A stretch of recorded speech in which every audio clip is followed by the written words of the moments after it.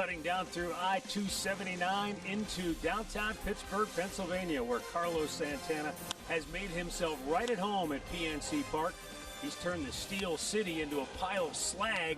He continues to bomb away on breaking balls. Anything Pirates pitchers have offered him, he has hit it with authority. A couple 3-run homers and a key 2-run base hit, and the Indians have won the first 2, and now a chance to sweep this 3-game interleague series tonight right here on Sportstime Ohio. Hi again, everyone. Matt Underwood alongside Rick Manning. Welcome into our downtown Cleveland studios. So Carlos Santana has found his stride offensively. That's good news. You know, this Indians offense slowly but surely is showing signs of turning things around. And the way the pitching staff has performed, namely Shane Bieber, they don't need a lot of support. Well, how would you like to be the Pirates and have to face Bieber after what they've done to him already? Because he's one of the toughest pitchers in all of baseball, without a doubt. 4-0 this year in 5 starts. That breaking ball that he has a slider, the great curveball, that fastball that a lot of hitters take because they sit on his breaking pitches, and it continues to strike out. He gets as many called fastballs on strikeouts as anybody, but when you look throughout club history, Bieber leads the way with 54 strikeouts in the first 5 starts of a season, passing Sam McDowell, Bob Feller, Danny Salazar, and also there's a couple of names up there, Nolan Ryan and Pedro Martinez, back in their day that had 54 strikeouts like Bieber. Not too shabby. Is it simply his fastball command that has separated him, and now that he's become an elite-level pitcher? It's breaking ball command. He can use it to both sides of the plate. The Indian staff, Savali did it last night. Bieber's been doing it all year. Their command is outstanding. 0-1, 0-2 to a lot of hitters. They can put them away easily. All right, we look forward to it. Play-by-play coming up next right here on Sportstime Ohio. Cleveland Indians baseball is brought to you by Spectrum Mobile. Spectrum Mobile has unlimited talk, text, and data. Save up to 40%. Go to SpectrumMobile.com today. And by your local Toyota dealers. Visit buyatoyota.com. Toyota, let's go places. For baseball once again, as the Indians look to put the broom to the Pittsburgh Pirates and stay on their winning ways, trying to run their win streak to 6 in a row. Shane Bieber making his way to the dugout. He has been at the top of his game all season long. And the Indians will get a look at Trevor Williams tonight. And Rick, the last time the Indians saw Trevor Williams, he pitched a really good ball game. It was a rain-shortened game, but they really couldn't get to him at all. So it'll be interesting to see how he fares against an Indians lineup that, as I mentioned a moment ago, they're starting to show signs of putting things together slowly but surely. Well, the big man in this series has been Carlos Santana. He's 3 swings of the bat, has 8 RBIs, so he's got 8 of the 12 runs scored. So, and Williams is getting ready to take the mound. This is, an opportunity now to sweep this series and have an outstanding road trip. Winning 3 in Detroit, come in here, have the opportunity to sweep it, and come back home for 6. So they're in the right position. You've got Shane Bieber on the mound, and they're all loaded and ready to go, and I know they're feeling good about themselves as Trevor Williams will walk out slowly to the mound. This is going to be Williams' 5th start this year. He will be the Northern Ohio Hyundai starting pitcher. He's 1-3 with a 3.98. He's coming off a start where he beat Cincinnati. He pitched 5 innings, 7 runs, and 3 hits. They ended up winning that game 9-6. But the start before that, he pitched against Minnesota. He went 7 innings, allowed just 3 hits and 1 run, and he ended up taking the loss in that game, but he pitched very well. So, as you mentioned, he did beat the Indians 7-0 over Corey Kluber at Progressive Field on July 23rd and 18. He's going to get a crack at him again tonight. And let's take a look at the Indians starting lineup under acting manager Sandy Alomar, brought to you by Progressive Insurance. Cesar Hernandez in the leadoff spot. Jose Ramirez in the 2-hole. Frankie Lindor batting 3rd. Carlos Santana, as you mentioned, 8 runs batted in the series, hitting cleanup. Then it's Franmil Reyes, followed by Tyler Naquin. Domingo Santana in left field hit 7th. Bo Taylor getting the start tonight behind the plate. And Bradley Zimmer in the starting lineup for the first time in the series, batting 9th.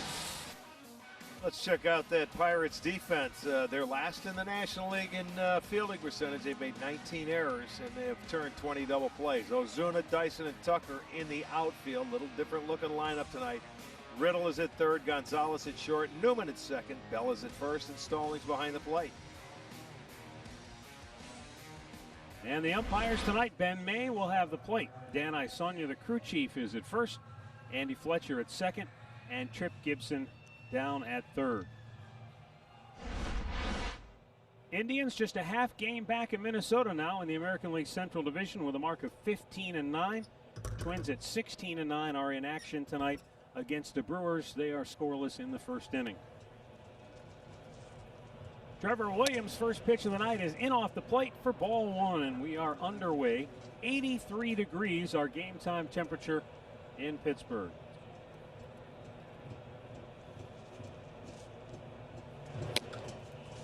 Fastball strike catches the outside corner. Hernandez with a hit in 6 consecutive games, literally 1 hit in each of the last 6 games for Cesar. Well, you know, it's nice if you can double up at times and get somebody. If you can get at least 1 a game, that keeps the slump away.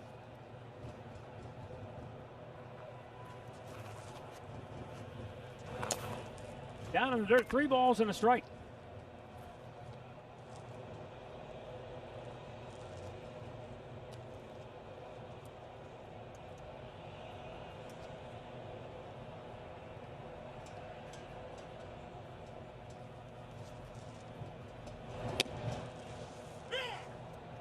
Fastball in, runs the count full.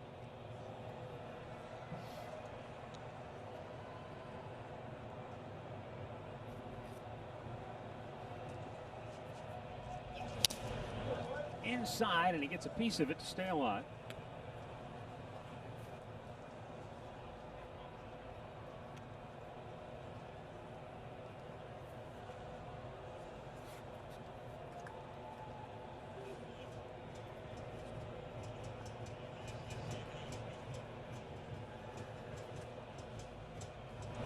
And that 3-2 pitch caught the outside corner, and he strikes him out looking.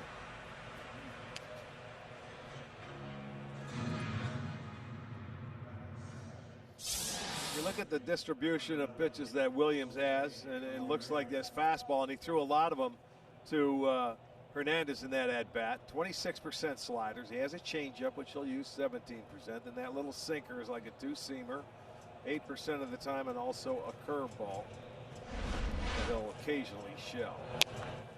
Jose Ramirez looks at a fastball for strike one. Right now he's trying to establish that fastball going in and out.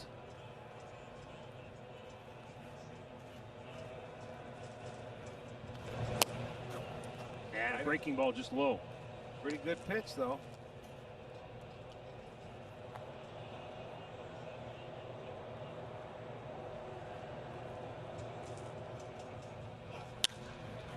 On a play the other way, and it's 1-2 on Ramirez. Trying to snap an 0 for 9.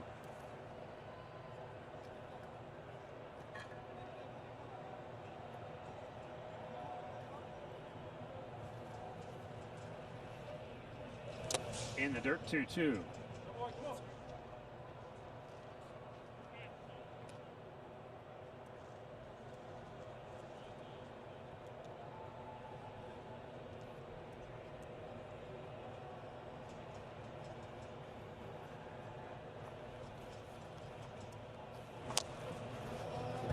That was a slow breaking ball that was borderline, and he did well to get a piece of it.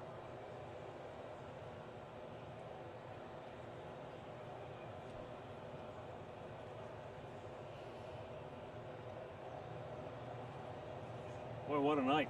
Oh, here it was absolutely perfect. 2-2 off the bat. He has a tough time letting anything inside go by him.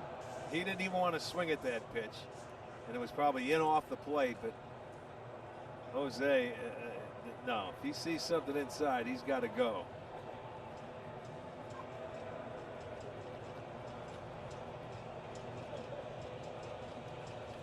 And the 2-2 in the dirt, and a full count.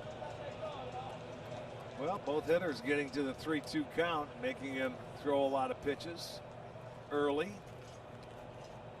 So he's mixed it up. We've seen the slider already. We've seen the changeup. couple of different fastballs. Right back up the middle, but Eric Gonzalez, the shortstop with the shift on, able to grab it. 2 away. You know, they play him with a shift, and there's a shortstop on the second base side. You see the third baseman actually playing shortstop. But it's right into the defense right there. Had a pitch, hits it right back up the middle, and there's the shortstop to snag it. 2 down now for Francisco Lindor. And a first pitch curveball in for strike 1.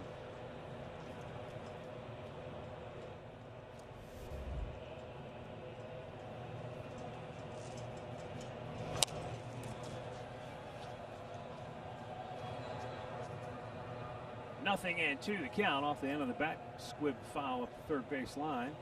He cut, yeah, it's a cupped end, and he probably cut that baseball because he hit it right off the end, and he's got to go get a new piece of lumber.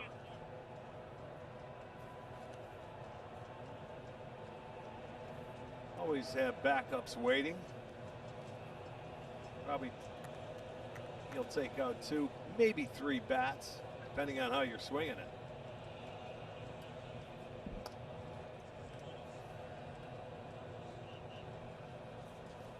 The 0-2 offering. Pops back out of play. Trevor Williams was a former second-round pick of the Marlins 7 years ago. And as you check out Aaron Savali off a career first, a complete game victory last night. Boy, he was outstanding, wasn't he? What a treat to watch.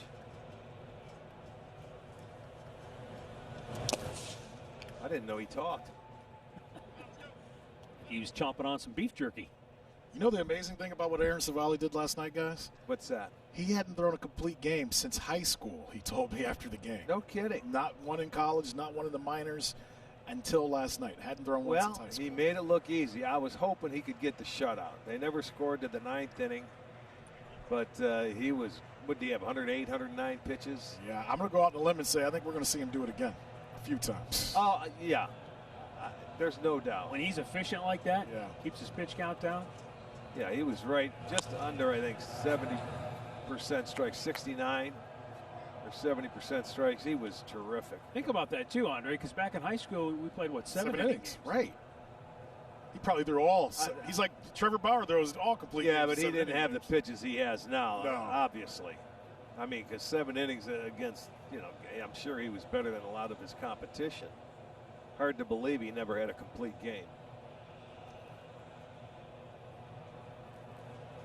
And the 1-2.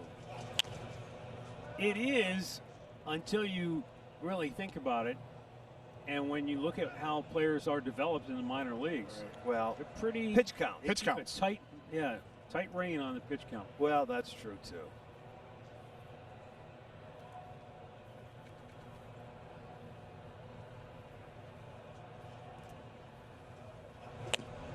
Upstairs. And they appeal. He went around, says Trip Gibson. Lindor strikes out. The Indians go 1-2-3. The Pirates are coming to bat. Is our Nissan starting pitcher tonight for the Tribe. He's making his 6th start. He's 4-0 on a brilliant 130 earned run average. Coming off a great game against Detroit where he went 7 innings, gave up 3 hits. He struck out 11 and walked just 1. Derek Shelton starting 9 for the Pirates. Eric Gonzalez in the leadoff spot tonight. Kevin Newman bats 2nd. Josh Bell is 3rd. Colin Moran, the DH, hitting cleanup. Jose Osuna will bat 5th. JT Riddle makes his 2nd consecutive start, hitting 6th. Cole Tucker, first start in the series, bats 7th. Gerard Dyson is 8th. The catcher, Jacob Stallings, batting 9th.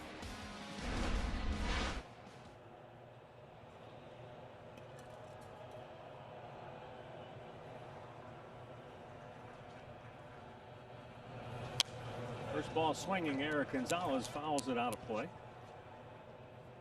Well, again, we're going to have to look at how Pittsburgh attacks Shane Bieber. Like we said yesterday with Savali, you don't want him to get ahead of you. 0-2, 1-2.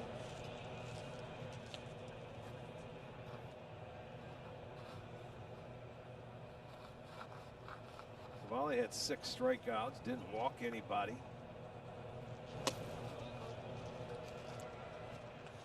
Eric Gonzalez starting for the 7th time in the last 8 games. 5 of those starts at third base. Second time in that stretch he started at shortstop.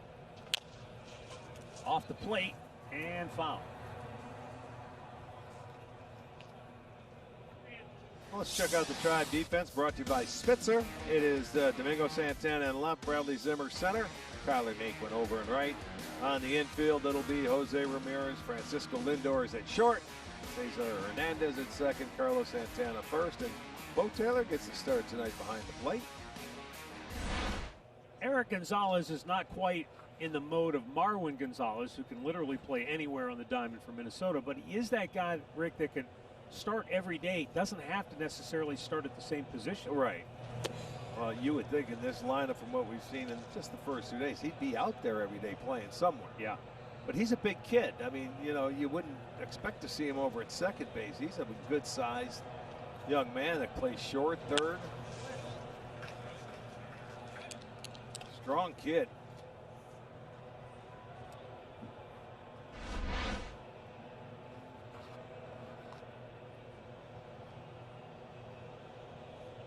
Bieber just coming down, and let's go. Comes right at you. Swing and a miss through the fastball by him. And another strikeout for Bieber, number 55 in 35 innings of work. Storylines tonight are brought to you by Wayside Furniture. Carlos Santana starting to lock it in offensively behind Lindor. Book him, Shano, huh? Book him, Shano. Yes. Kevin Newman. One of the bright spots for Pittsburgh in this series. He's gone 4 for 8 with a double. Has an 8-game hitting streak.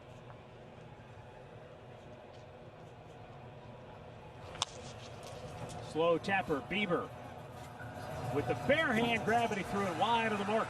Got a chance at second. Nope. Throw, and it's close, but Newman gets the hand in. Well, Bieber rushed to get over and get that ball. He just didn't make a very good throw, or he would have had an out. He's just shaking his head now. That's where the game can speed up on you a little bit. He got to it and it looked like he had time enough to throw. But let's take a look at it again. He just a swinging bunt. And yeah, just a bad throw. I wonder, well, we'll see how they score it. It's got to be an error.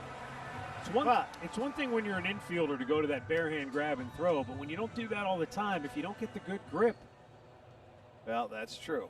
And he's looking down. It might have some moisture. You know how they water the grass down before the games. They had a pretty good chance of getting them right there, but Lindor couldn't hold on to the ball. It's probably going to be a straight error.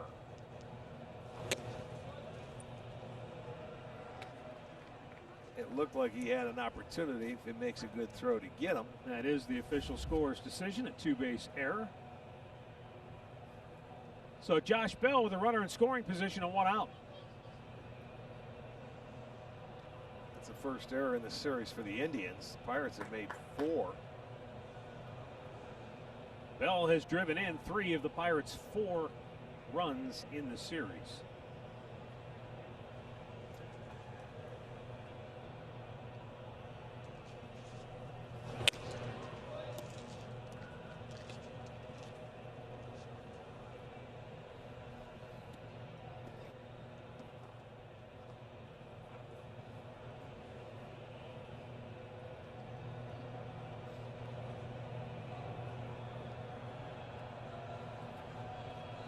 This is where Bieber's been brilliant this year with runners in scoring position. Opponents 0 for 10 against him this year, and he has 6 strikeouts.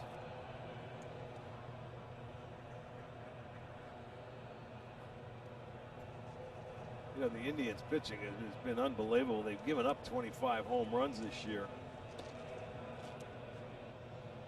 Or 24, excuse me, and 21 of them are solo shots.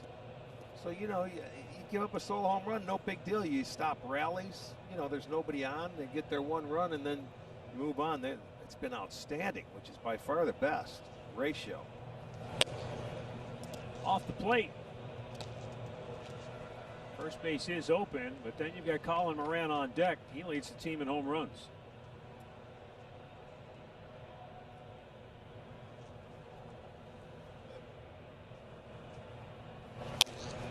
Bullseye. Boy, that's just a nasty 3-0 pitch. Yeah, you get a 3-0 count, throw that pitch. I don't think anybody will hit a homer.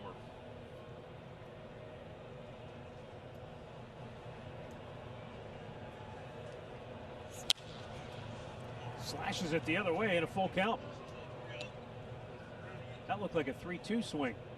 Well, but you know what? He set it up early in the count. He started them off first 2 cutters inside. He just made a nasty pitch 3-0, and then that one had a little movement to it, so he thought it was going to be the same spot, and it took off on him a little bit. 3-2. And came right back in with that cutter. He started him off that way. He wanted to finish him off that way. Good pitch now might be a changeup away.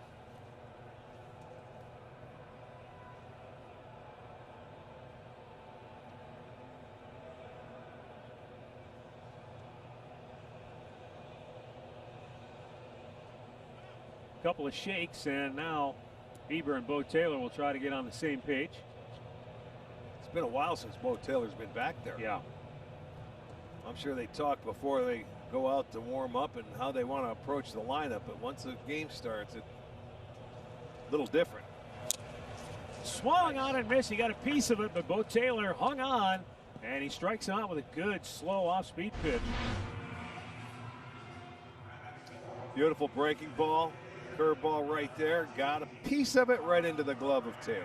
Let's check in with Andre. All right, here's a number on strikeouts. Great story by Mandy Bell on MLB.com today about Shane Bieber and his whiff percentage. He's at 46% on his whiff rate this season. That's the highest in baseball, obviously. The next highest whiff rate, guys, is 38%. Think about that. 46% for Shane Bieber, 38% to the guy that's closest to him. And this is what blows me away with. That 8.3 percentage point difference is the same as the difference between second and 35 on the list. Wow. Well, I mean, we watch this guy every 5 days, and we see how he goes about his craft to do it. But he is head and shoulders above everybody else.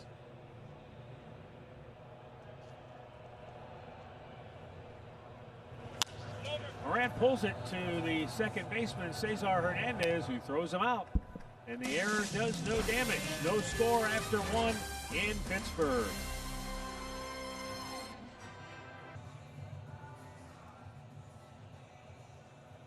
No score as Shane Bieber heads back to the bench. Carlos Carrasco giving him some fielding tips. Well, he fielded it beautifully. He just didn't throw it properly. That's all. Just threw it away, and he got out of it. That's why you can laugh about it or smile about it. Whoa, Carlos Santana was trying to push a bunt third base side with that shift on.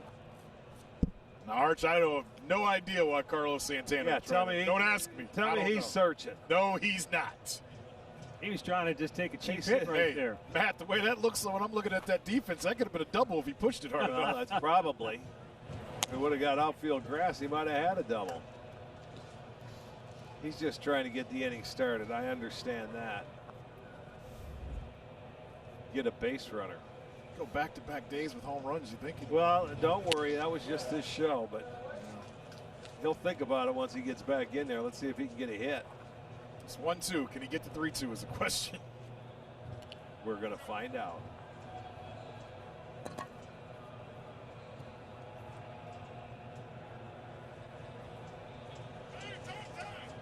Oh, he's doing the turnabout is fair play.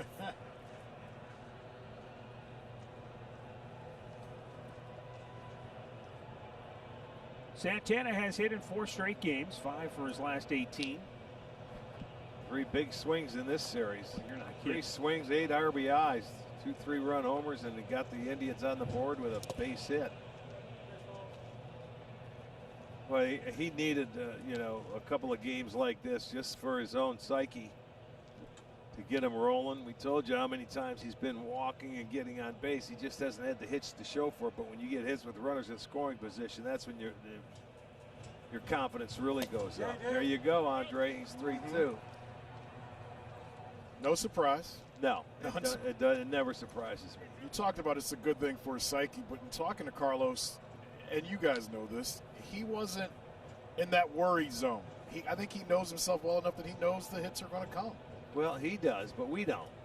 I mean, that was a late swing. But no, I understand that because he's out there every day. He knows he's going to get it back. And he kept battling, and he was getting closer. We saw him before they went out on this road trip, where he was taking some really good swings. And, even though he was still walking and not getting hits, it was just a matter of time. And it just happened to come in the 10th inning. Chopper right back to him. And that's out number 1.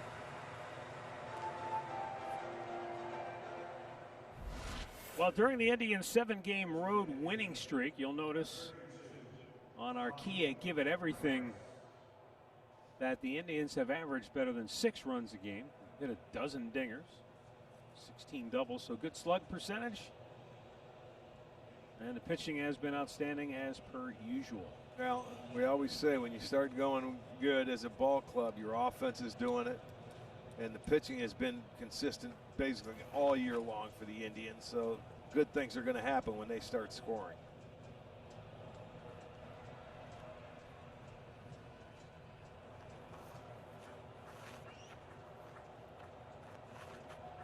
Those socks that Williams are wearing look like back in the 70s. You remember those uniforms they used to have there with the stirrups, back in the 70s when they wore them. Yeah. With the sanitaries. That was a color. They had uniforms of that, like ugly mustard, right? Exactly right. Exactly. That's what I was talking about. Yeah. Yes. Now, why you got to call mustard ugly? You've got a problem with mustard. It just comes, really do. It just comes out. I don't even mean it. I wasn't even thinking about it.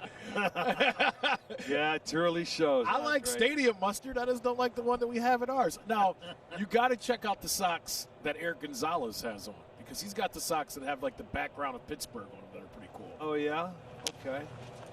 Slow chopper. That's going to stay Fair ball. fair. Yes, indeed. And it's a base hit for Franmil Reyes. That's the speed. Tell him another infield single.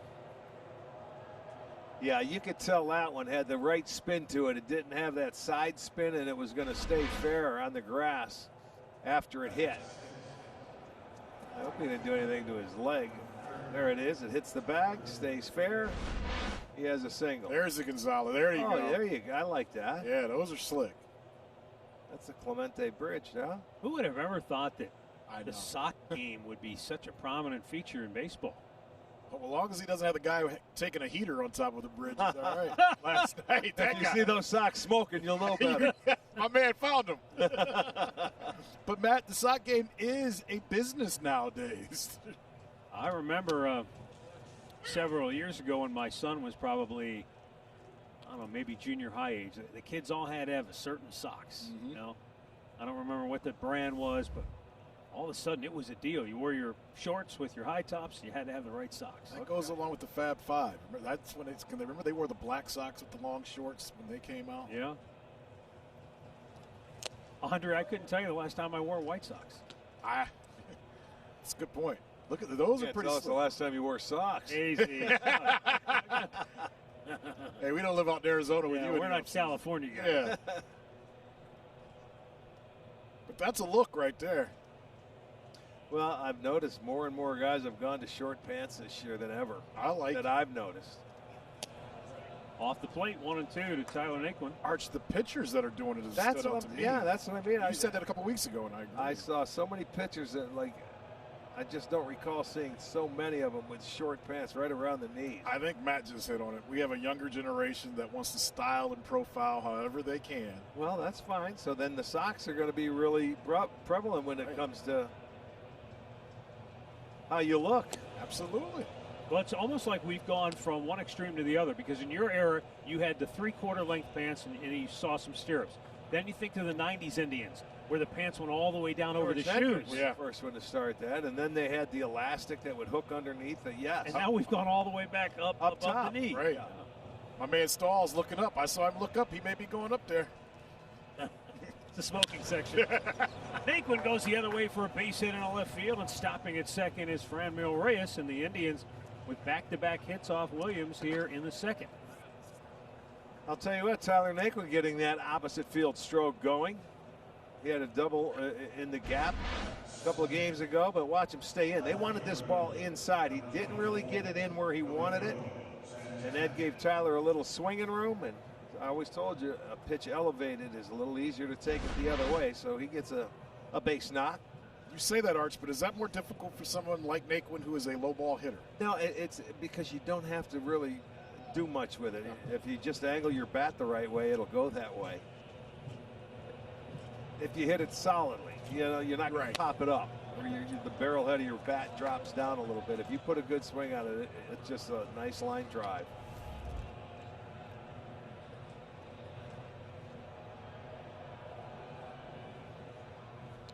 Yeah, back in the day when we were playing in Cleveland in the later 70s, and Gabe Paul was around, who was the general manager then or president, he made you not only show heavier socks and sanitaries, but show a stripe on your sock.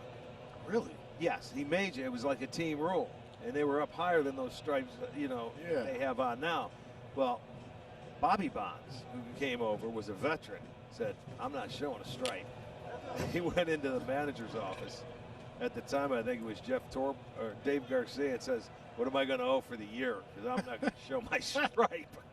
So now we know where Barry gets it from. Continue on. Bobby did, yes. Papa Bobby, he did that. He wrote a check for the whole year and said, "I'm not showing my stripe." That is unbelievable. He liked to wear his pants down.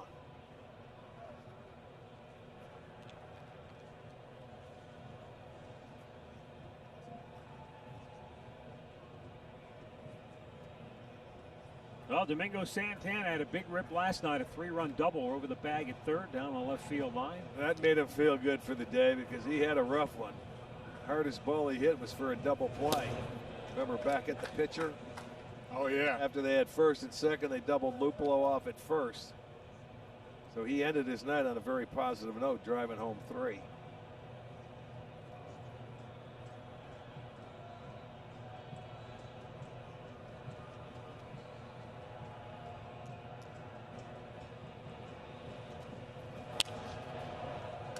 And that's popped out of play.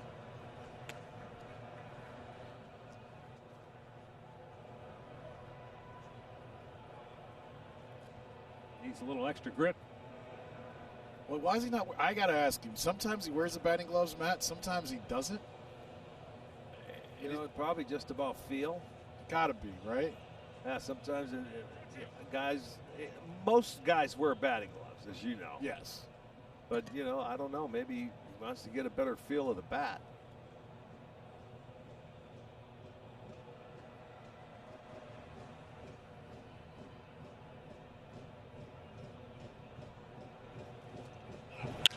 There's a hard hit ball to right field, but right at Cole Tucker. Tell you what, he's starting to heat it up a little bit. He's hitting it on the nose. He got on top of that high fastball. That was not an easy pitch to hit a liner on and take it the other way. Unfortunately, it was right into the tracks of Tucker. And it's coming back to him a little bit. But a good at-bat for Domingo. Now, you can tell he's not a right fielder on how he played that and the throw back in. And I'm not beating him up. You can just tell he's a shortstop. Right. I mean, that ball was slicing back on him. You mentioned that about Eric Gonzalez, the body he has. But when you look at Eric Gonzalez and you look at the kid out and right, they look like some decent athletes that you would think you'd want in the infield.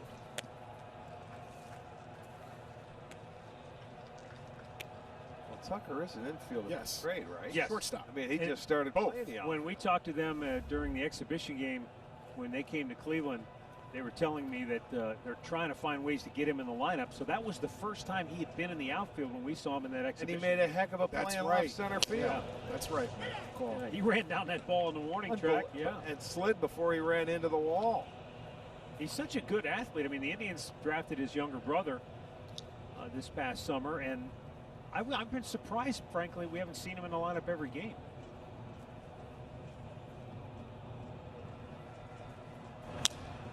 Bo Taylor fouls it off. By the way, you asked, and Bo Taylor, it hasn't 8 days since he last started a game. So yeah, boy, it seems like a lot longer than that to me. Well, it is, but in baseball world, that 8 days is a long time to sit. Well, yeah, and in the American League, you know, when you're starting out and you're the backup, 8 days, it could be 2 weeks sometimes over the course of a 162 game season. We see guys go for 2 weeks without playing. 2 on, 2 out. And the 1-2 pitch.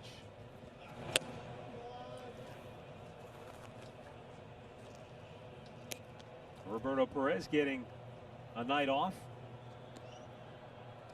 Arch, first thing that Aaron Savali said, that Roberto told him 15 warm-up pitches in, we're throwing more fastballs, yeah, less cutters. And well, it showed. You know, Andre, I'm glad you brought that up, albeit with 2 outs. Yeah, of course. And there's a line drive. Get out. And it's in the gap. Coming around third, Franmil Reyes will score the first run of the game. Stopping at third is Tyler Naquin. And Bo Taylor, with his first hit in an Indians uniform, gives the Indians a 1-0 lead. Well, there you go. He just needed 8 days, Arch. That's right. 8 days a week. And here he goes. That's his first hit this year. It looks like a little cutter he throws inside. Got enough of it where it's going to bounce in front of the right fielder. And he has the Indians on the board with the lead 1-0. Good for him. First hit drives in a run. Look at Roberto celebrating his backup catcher's RBI knock. And look at that smile for Bo Taylor. It's his first hit after starting 0 for 16. But Andre, I'm glad you brought that up about Roberto Perez, and last night Aaron Savali going back to the 4-seamer. And you know, we've made note of it. Aaron doesn't have the kind of fastball that, say, Shane Bieber does. But Roberto made it clear after the game. He said his fastball's good enough. Oh yeah, it is enough. And the way he locates it, he felt like, hey, we got to get back to using it. Right. Yeah. But when Roberto was out and you got another catcher out there doing that, he doesn't know him. He's going to pretty much, let's just go. I want to, you know, put down. He got cutter heavy is what I think. Well, and Savali admitted something else. He says, I think a lot on the mound. It's good to have somebody help me think through the process. Zimmer grounds out to end the inning. Tribe gets a run on 3 hits, 2 left, 1-0 Cleveland, middle of the second.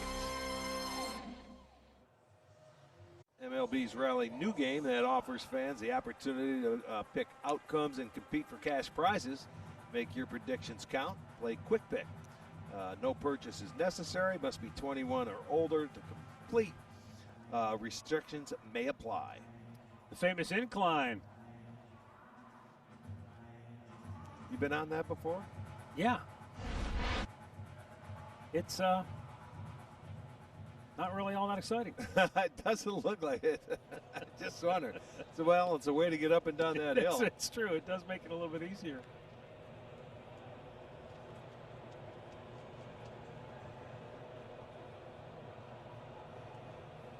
Jose Osuna will lead off the bottom of the second for Pittsburgh. And a fastball strike.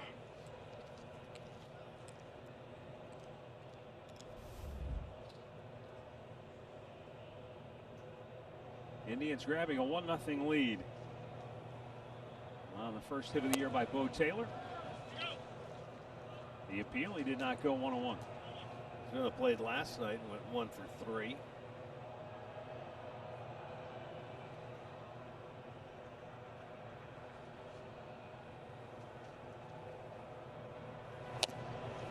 Boy, good. Low dart fastball right at the knees. That's a really tough pitch to pick up as a hitter, too.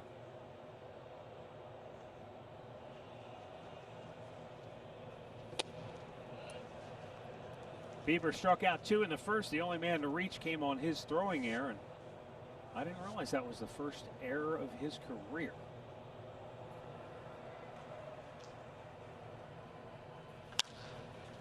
In the air, right field. Tyler Naquin.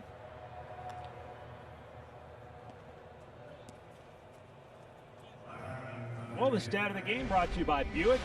Best record through 30 road starts in Indians history. Shane Bieber up there with some of the all-time greats in franchise history.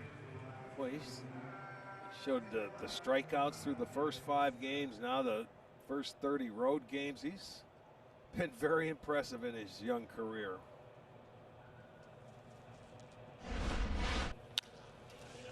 Line to left field, a base hit. Bradley Zimmer over to cut it off.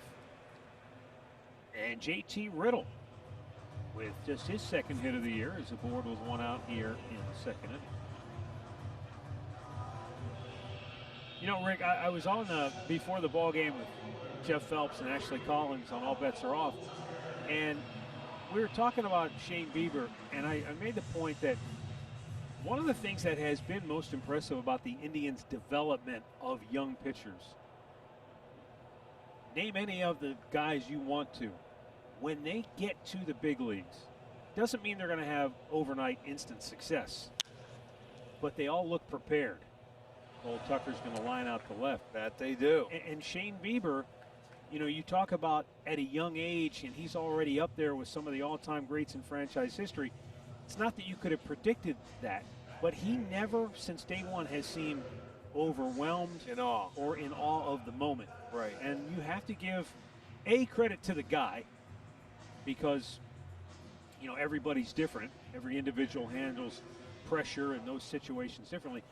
But the preparation and the way the organization gets them ready, you have to give a lot of credit to those people too. You see a lot of people come up and have to go back down once they get to the big leagues because sometimes they feel they're not ready. But you're right, he accepted the role, and you know what he did? He's just a talented young man that followed and worked hard and watched the other people ahead of him and learned from them and incorporated that into his game plan so he could go out there and apply it by himself, and he's been outstanding.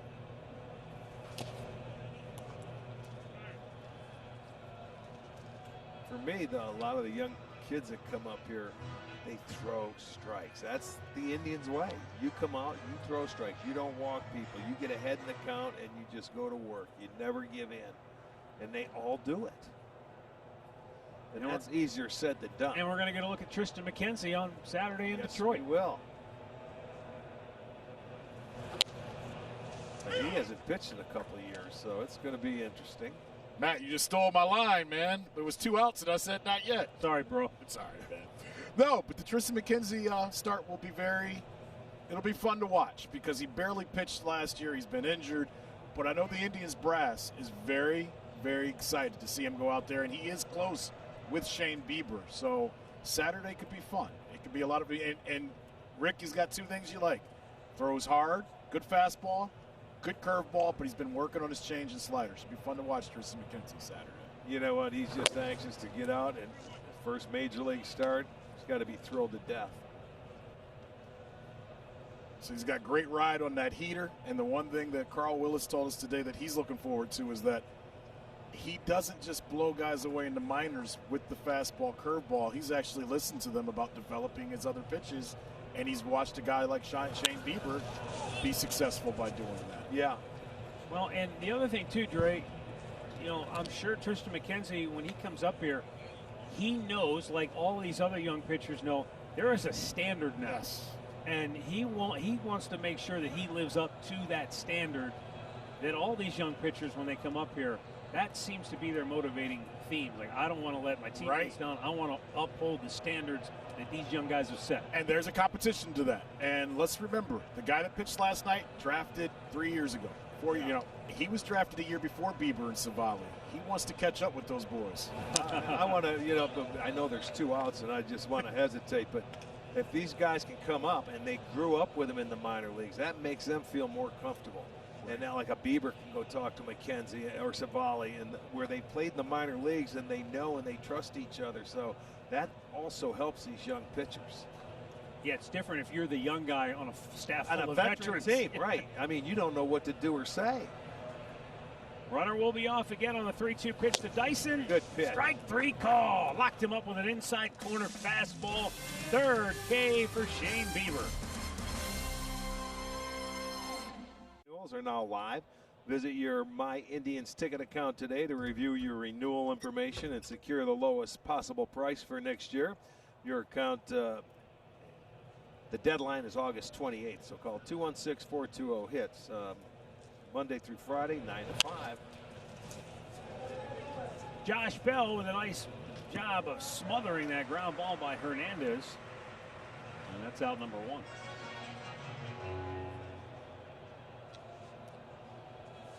Trevor Williams is another one of those unique stories when you think about. So he was a draft choice of the Marlins and second round pick out of Arizona State.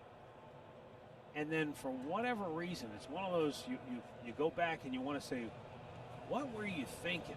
The Marlins traded him to the Pirates for Jim Benedict. He was a pitching coach, not a player, but a pitching coach. Wow.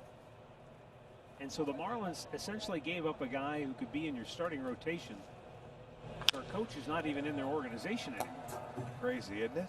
Because as the story goes that I read in the Miami Herald, the owner had been convinced by the then general manager that this guy was the answer to our prayers. He would overhaul our pitching staff and get our pitchers on track. And this is the move we got to make. Jose Ramirez jolts one but foul.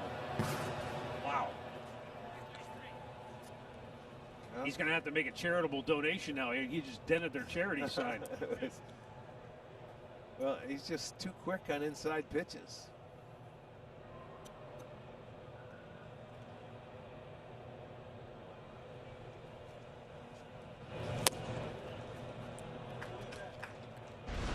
All right, watch this. Did it hit right in the P? It's close. Bang. Just at the bottom of that sign. That's fair. It would have been in the river for sure.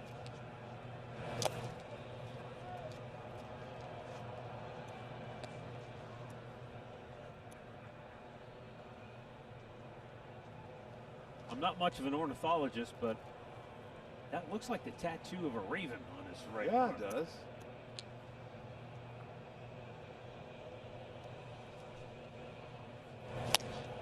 Threw it by him. I don't know if that was a cutter, but that ball looked like it had some, two-seam fastball to me.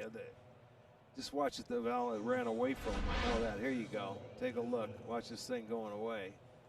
There it goes. Yeah.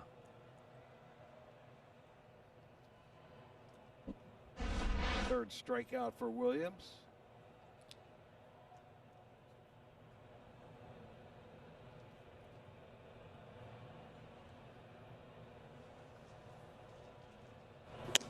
Up high with a fastball to Lindor, who went down swinging his first time up.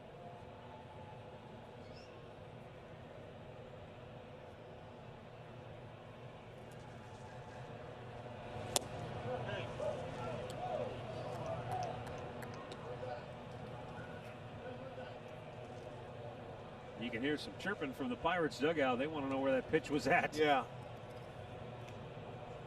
Well, and you look right there, I think Lindor trying to be a little patient tonight, not go after everything that's thrown up there, and maybe he caught a break that time. Lines this one left field, and that'll be a base hit for Frankie. Made on that one beautifully.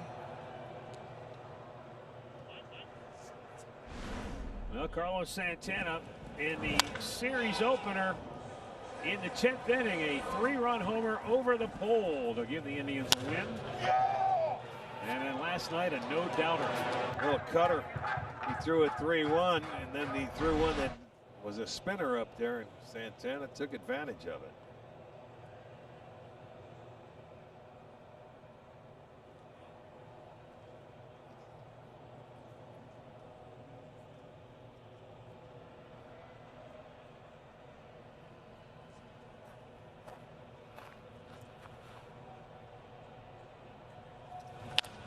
Chops it foul.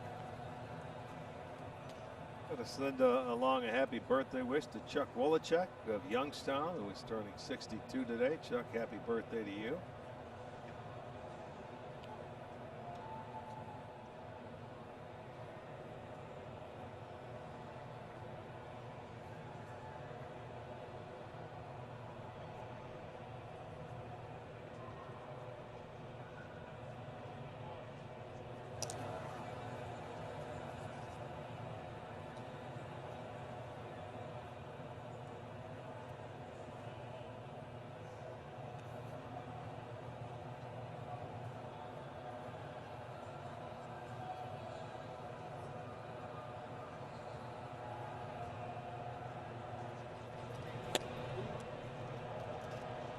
One ball, one strike to Carlos Santana. Indians sporting the road grays for the first time on this road trip. Yeah, I like that. I was wondering, it might be the first time they ever wore them on the road. This year, you might be right. I don't recall seeing them before. I just told Murph last series in Detroit, I'd like to see just their gray uniform.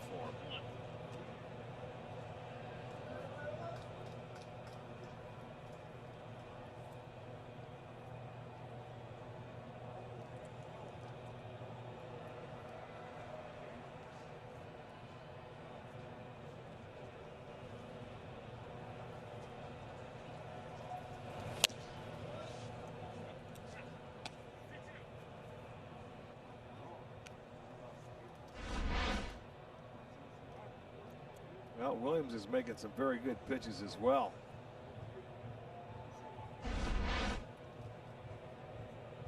That two-seamer's been an effective pitch for him. You stay on those corners like that with movement, and it's going to be tough to hit. Hitters will show you that pitchers make mistakes when they get too much of the plate, and they're taking advantage of it. They make their pitches. It's tough to hit good ones.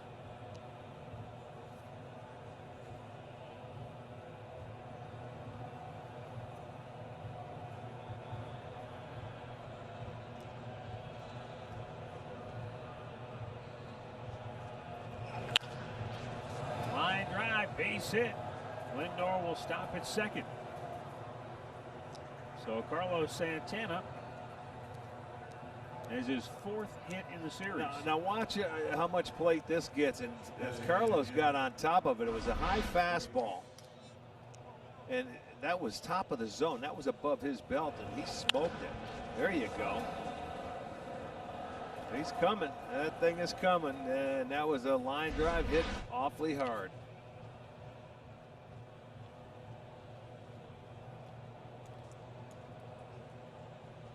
Well, Frontmale Reyes going to step in here. He's got the hardest hit ball of the game so far. He's got a hit in the column. I know that. He scored the only run. See if he can show off those wheels again. Although he's more fun to watch in the home run trot. Little low, ball one.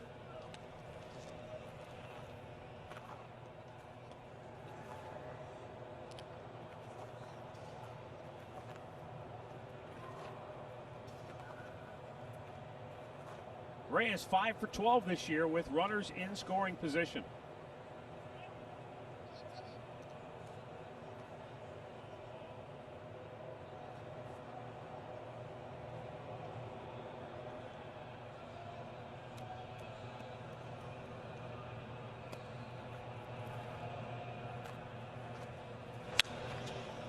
Fouled that one back. All right, let's go back to his smash in the first inning. Come on, big man, get it rolling. That's an 18-wheeler going down the line. He's got about 10 gears. Second gear, third gear. Yeah, it's the only run of the ball game. So the Indians now with 5 hits in the ball game. Way off the plate, and they were going to try to go behind Santana. Almost looked like a design play there. Sure did. You know? Where they're going to ask to throw that pitch away off the plate, and they think they can throw behind it and get him on his secondary lead. Kyle Hudson was very alert down there at first base. He was all over telling Santana back. He saw the first baseman Bell starting to cheat over.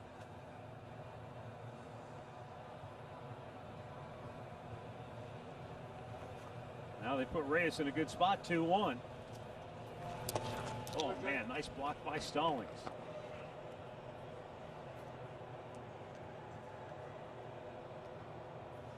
Outfield for Franmil, pretty much straight away.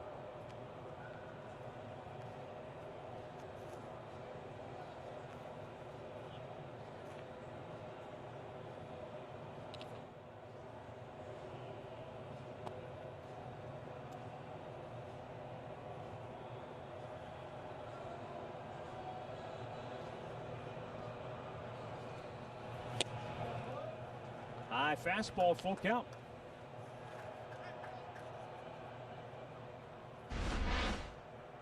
Got him to, there's the kryptonite there. Fastball, have a little bit of movement and above the hands or the belt for Reyes.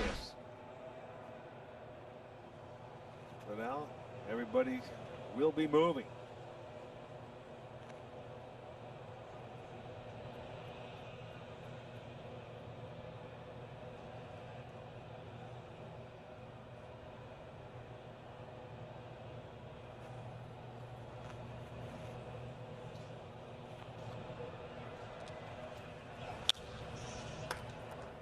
Foul back out of play. We'll do it again.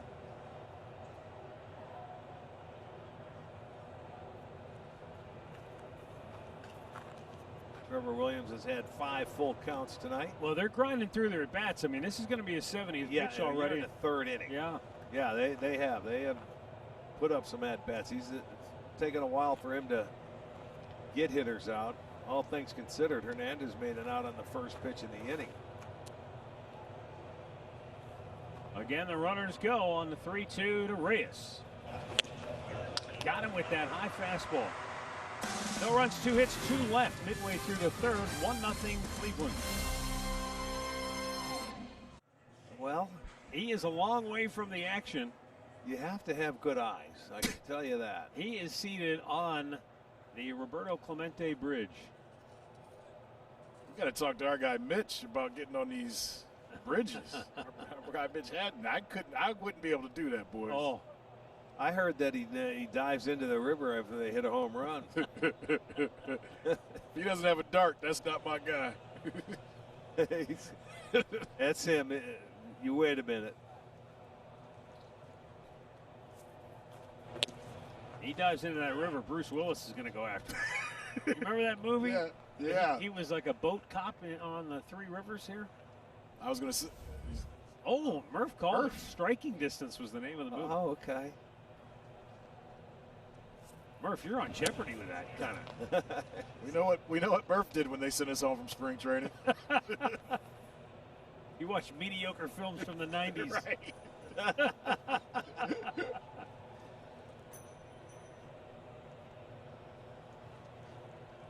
Well, Trevor Williams got out of a jam.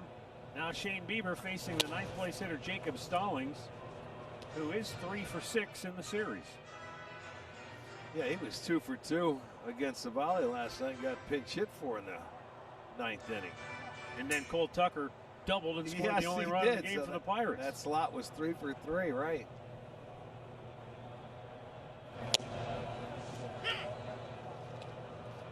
Two and 2 the count on Stallings,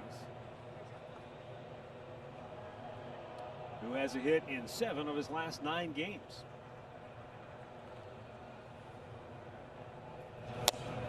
Got him looking. 4 strikeouts for Bieber, first time through the Pirates order.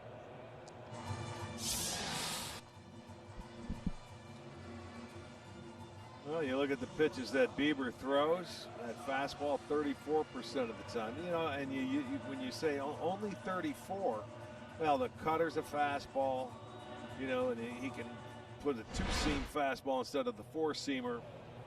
But we know he has a great changeup, a great slider, and a great hook as well. You know, when I asked you in the open about is it fastball command that has enabled Bieber to just sort of vault to the elite level of pitchers in the American League, as Eric Gonzalez scorches one, second Right hit between his legs of the night. And you said you think it's his breaking ball command. Well, I guess you can't have one without the other. So It's really I mean, kind of yes, he spots his fastball and keeps it at the knees as well as anybody, but he can also throw those breaking balls at both sides of the plate. There's one that got a little too much of the plate, even though it was down, and he hit it right back, right between his legs, right into center field. And Eric Gonzalez has his first hit against the Indians. He is 1 for 7 in the series.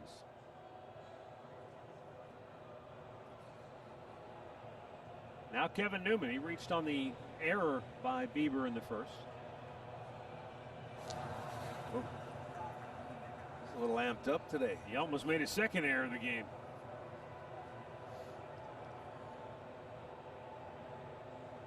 He's angry that Eric almost hit him with that line drive. Yeah. Well, it's a good thing it didn't. That was hit hard.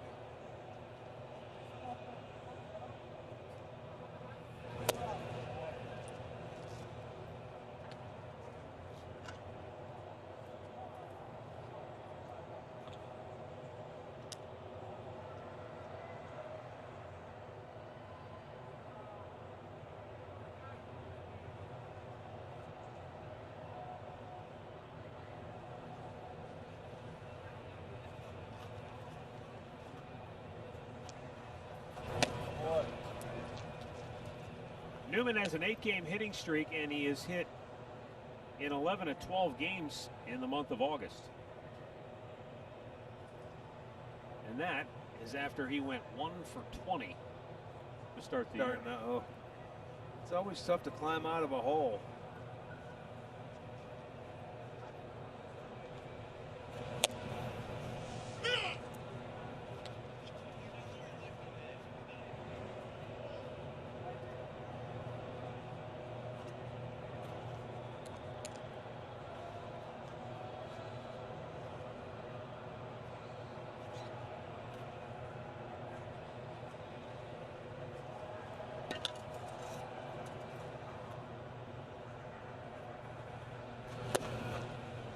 Good breaking ball, 2-2. That right there is the command of that breaking ball, where it starts as a strike, you know, and then all of a sudden, by the time he gets ready to swing, it drops out of the strike zone, and you get him, and it counts in his favor. So, you know, most hitters want to be a little more disciplined, but that's the pitch right there where you get a hitter to do that. That's something special.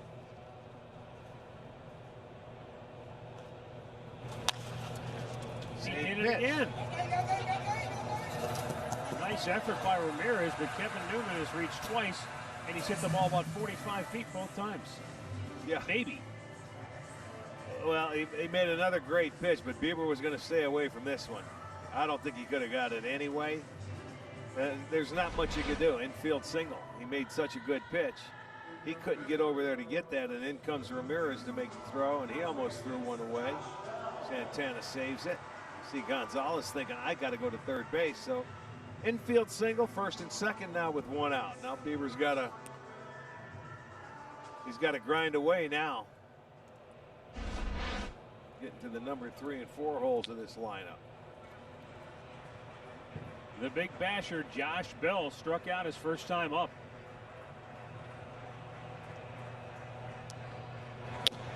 And a good pitch for strike. They try to steal third, and Gonzalez is a dead duck. Wow. What are you doing with your third hitter up? If you're there, you've got to make it.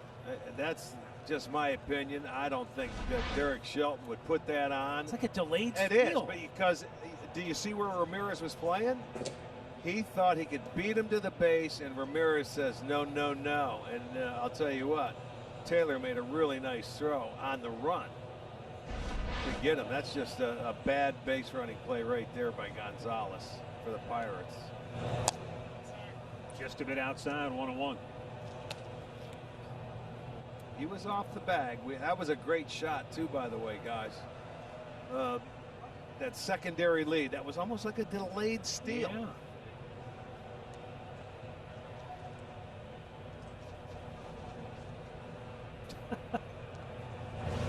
Ball's in the dirt.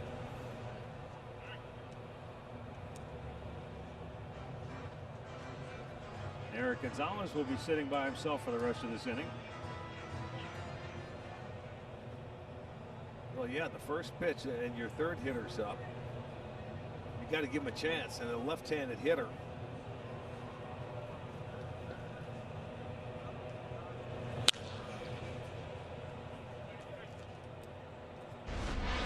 Check him out. Slide, shuffle, shuffle, shuffle.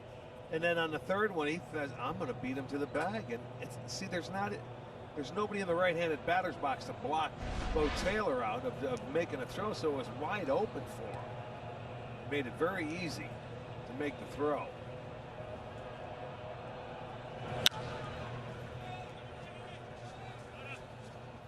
I'm not trying to defend it.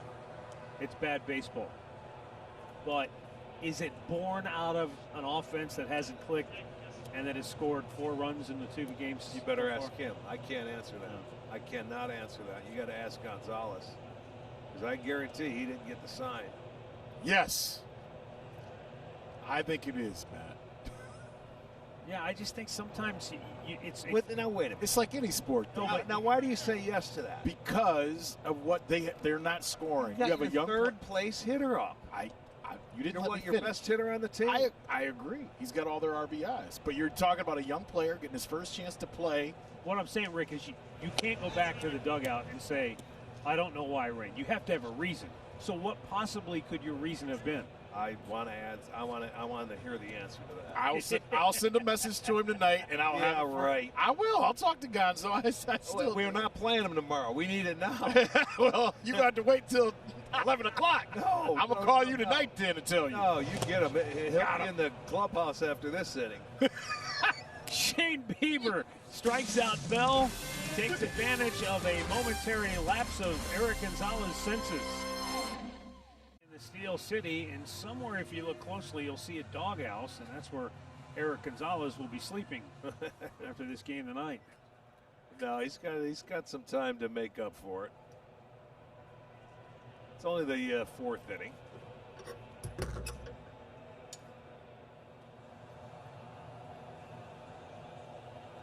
I mean, he's not known as a base stealer, is he? No. Ever in the minor leagues or anything like that with the Indians? It just kind of reminded me of, what you say when a team is struggling offensively as a lineup, and trying to make something happen. Well, instead of you relying on your teammate, as Tyler Naquin pulls one into right field, and he's 2 for 2 tonight. Instead of you relying on your teammate, you think, I have to make something happen. I have to get it done. And so I think, you make bad decisions when you start thinking I instead of we. Well, like I said, I can't answer what they're thinking. I don't think any of us can, but I think when you have a young team and you have a player that's trying to establish himself and trying to find his way in the big leagues, So you're telling me Schulte has the green light for these guys? Well, that's a good, and I don't know that. That's a great question. It was a bad play, Arch, no doubt about it. But in knowing Eric and being around him, I see it as a guy trying to be aggressive and make something happen because they're not scoring. Well, he's lucky Wally Bell doesn't go out, or Wally Bell. Yeah. That Josh Bell doesn't go out and punch him. He's too big to be messing with. Yeah, you don't run when I'm at the plate. But that's another part of this, though, but right? Think about Albert Bell. Albert Bell would have Right. lost his marbles if somebody would have done that when he was at the plate. We talked the other day about the rules of the game and the unwritten rules. Think if they had a veteran Arch that was at the bat and he did that. That guy would run him down, right? Well, somebody should have told him when he came in exactly what he did. I don't care if a veteran, a coach, a manager, or somebody. I'm guessing by his expression, I think he realized it was a little too late. By the time he realized, well, he'll learn. Lost in all of that is Naquin's last swing, by the way. He got a ball and picked one up off the ground and pulled a seed between the first and second baseman, and the first time up he hit a high fastball the other way. So he's 2 for 2 and looking pretty good. He do what he do, Arch. Yeah. Well, we felt terrible for him, when he had the knee injury, but all the hard work he put in, and then he was really primed with the delayed start to the season. He was ready to start the year when the restart happened, and then he fouls the ball off his toe and knocks him back again. But to his credit, man, he keeps coming back. That's why Tito likes Naquin, because there's just no quitting. Just when you think, well, he's not going to be able to come back from that, or, well, maybe, this is going to. No, he keeps finding a way to come back, and here he is playing a starring role. And look, Rick, this was a team with a glut of outfielders, and in the short time he's worked his way into one of the everyday roles. He's going to be playing every day and should be. Do you bunt here, Arch? Absolutely. Bo Taylor got his first hit of the year, a 2-out RBI single in the second inning. Yeah, you got one run. Why not set it up, get back to the top of the lineup?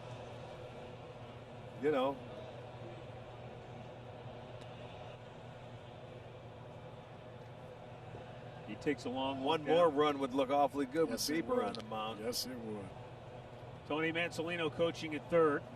I mean, I understand he just got his first hit and his first RBI this year, but let's go move the runners. Squares. There you go. Oh, right out in front of the plate. Stallings goes to first. People Sacrifice. can say whatever they want there. The kid did it. He hasn't been out there in 8 days. That's winning baseball. Move him up. He did his job.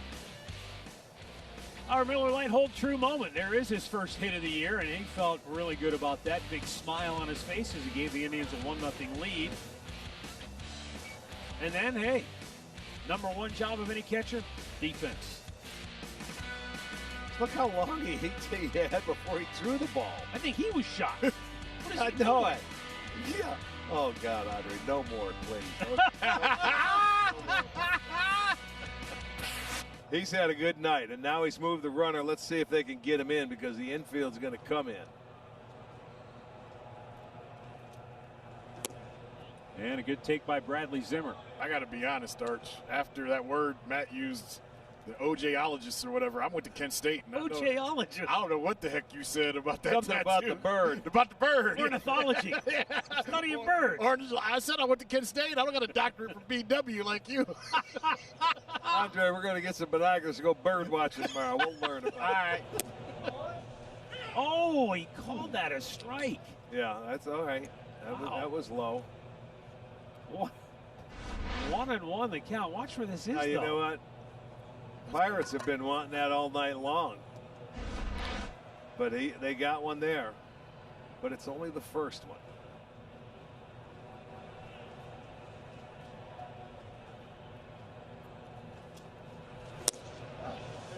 He called it again, and now Zimmer's got to right the beef. Is that why managers annoy and go at umpires all night? Because look at this. This is they're sitting on the sides, and they can tell up and down. They can't tell east and west. Bradley Zimmer 6'4", 6'5". That ball's going by the bottom of his. I understand, and that's why you'll hear guys from the dugout say stuff north and south. That's either too high, too low. It's hard to tell in and out from the dugouts. So how does he not call that? Well, he should. If you're going to call the first two, go ahead and ring them up. But he's going to have both sides chirping at him. Yeah. If he keeps this up. When you watch, I mean, that one was about the same as the other two. Look at the catcher wanted it.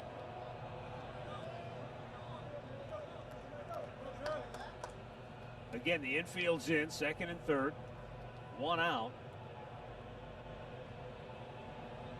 Now, if you're Zimmer, you figure if it pitches down there again, you might have to get after it. Well, I would. Don't leave it in the umpire's hands. He keeps throwing it there. What, wouldn't you if he's Yes. calling it a strike? Yeah, and if I'm Zimmer, I come up with a golf club next time if they're going to keep calling that. Make it about a 4-iron.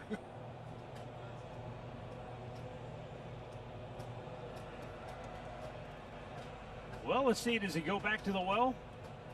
Well, he wants to get Zimmer right here and not allow a run to score. He was ahead of him. Caught a couple of breaks, and he walked him. So that's really a good job by Zimmer to stay patient after getting a couple balls he felt was out of the strike zone and drew a walk. And so the bases are loaded for Cesar Hernandez. He walks in the inning now for Williams. Critical time here for the Pirates. They do not want the Indians to score anymore with Bieber on the mound. We'll get a word right here from Cleveland Clinic. Cleveland Clinic. Get the care you need when and where you need it. Visit clevelandclinic.org/access. Well, you got Hernandez coming up with the bases loaded, only one out. Well, Matt, you mentioned something about the pinch count last inning, and I know Sandy Alomar has said this to the players a little bit over the last few weeks. He's not the manager. He's not, he's in for Tito, but the one thing he has told them, have a game plan as hitters. Let's work starting pitchers. There's nothing wrong with getting deep in counts and working guys, and we know they've struggled to score runs at times, but this is something that Sandy has gone to them and said, we have to work starting pitchers to get to where we need to go if we're not going to score a lot of runs. Well, that is true. Well, they're second in the league in walks, though. Right. I mean, they had 109 coming into the night. You've got 2 in this inning. So 111. Action in the Pirates bullpen. 2 walks and a sack. And an opportunity to add on.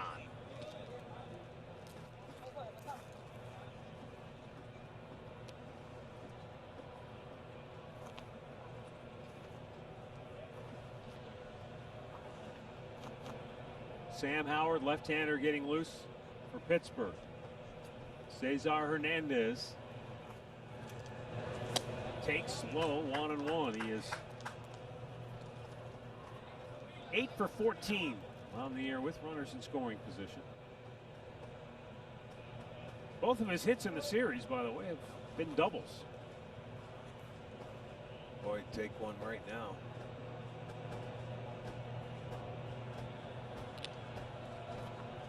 Batters have seen 5 or more pitches from Williams tonight.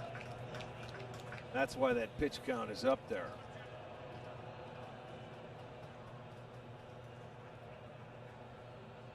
Both of his doubles have been to the gaps, and the Pirates outfield really spread out. As you see, the lefty Howard getting loose.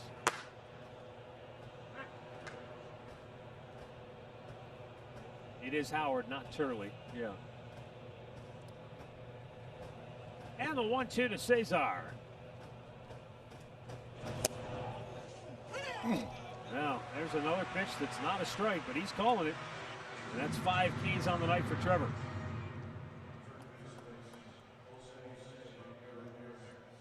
Well, it's down, and it's one he called a couple of times on Zimmer. You can see it truly is low, but if he's going to call it, you have to stay down there as a pitcher. I mean, look at the hitters. They're going to. It's under the kneecap. Yeah, it's definitely below no the question. Oh. I know it. Yeah. But are you going to take it, or are you going to have to swing at it now with 2 strikes if you're a hitter? Don't leave it in the umpire's hands.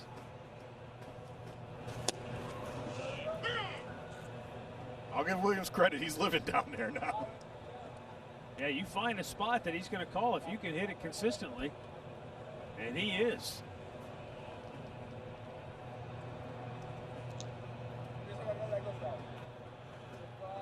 Jose 0 for his last 11.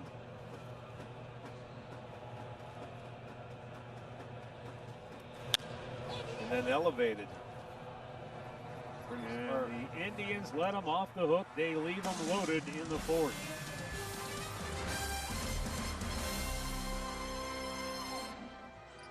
Alex Bregman of the Astros down with a hamstring injury. Bo Bichette, a knee injury. And Zach Britton for the Yankees down with a hamstring. Britton's hurt every year, isn't he?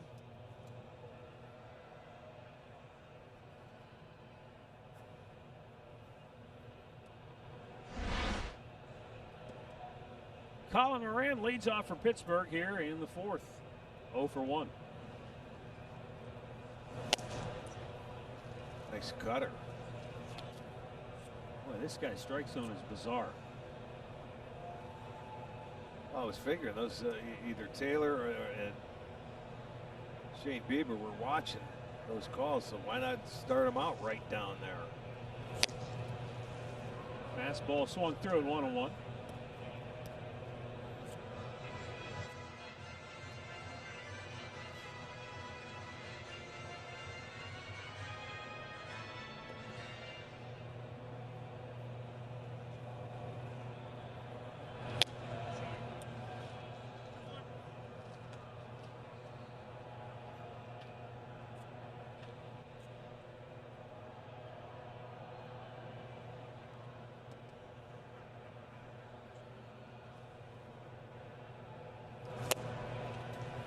it's 2-2.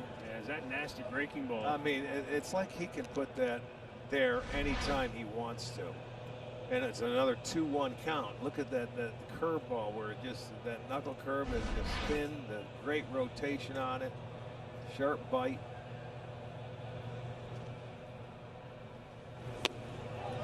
There you go. They appeal, and he went too far, says Trip Gibson. Wow.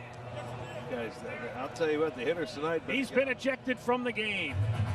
Colin Moran argued too vehemently with third base umpire Trip Gibson, and he has shown the early exit. Out comes Derek Shelton to take up the cause, but too late now.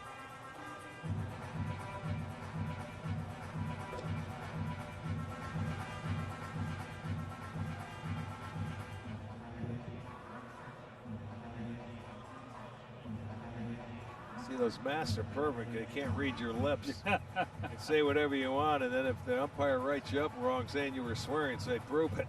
Yeah, the 6-foot rule is not being applied there either.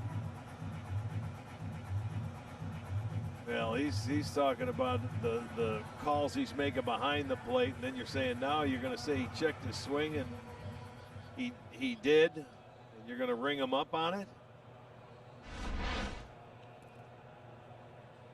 Let's see, there's the breaking ball down. It's hard to tell from that angle out in front of the plate, so he asks for help. Hard to tell from that angle too.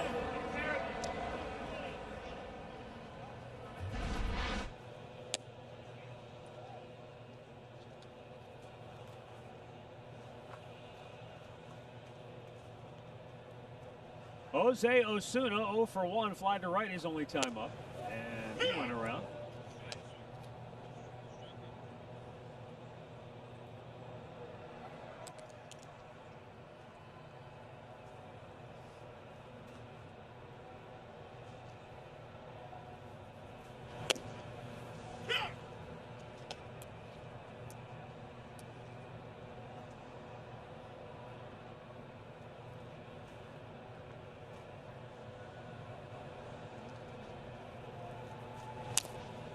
Got a swing. Yeah. I mean, that's the tough part of it. You may have to go outside the zone, and if you know that, then you better do it instead of getting rung up.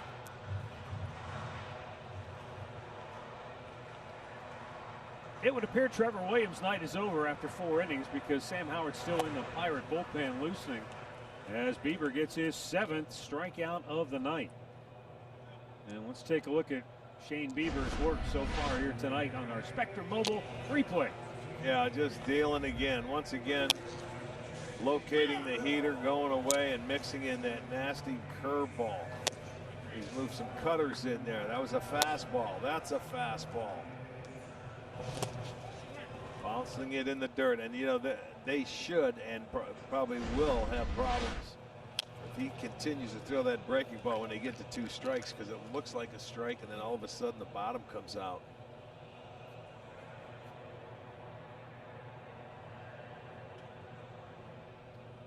JT Riddle had a single his first time up. Oh. He's saying that's outside.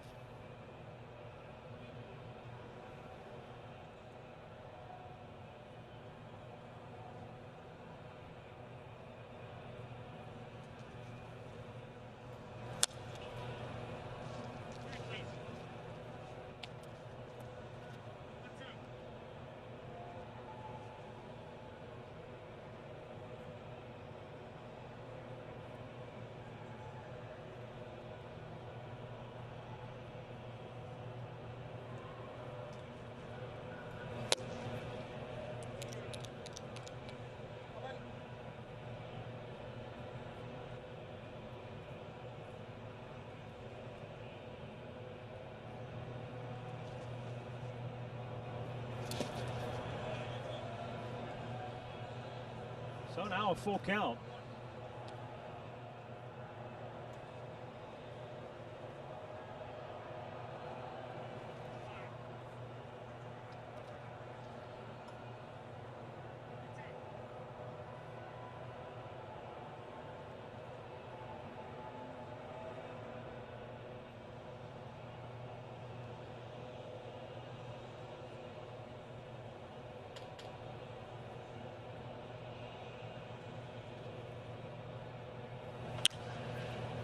Lifts the fastball in the air to left field.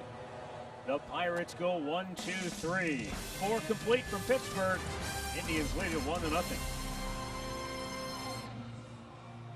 Indians baseball is brought to you by your local Kia dealers. Visit kia.com to see what it means to give it everything. By the injury lawyers at Elk & Elk, proud partners of the Cleveland Indians. Call 1-800-ELK, Ohio. And by Chevy. Get behind the wheel of a new Chevrolet and find new roads again. 1-0 Cleveland as we roll on to the 5th inning. And Pirates starter Trevor Williams only made it through 4 innings tonight. The Indians just ran up his pitch count. And so lefty Sam Howard coming on out of the bullpen. He was the losing pitcher in the series opener when he gave up the 3-run home run to Carlos Santana. That was in the 10th inning on Tuesday night. He's given up a run in 3 straight games.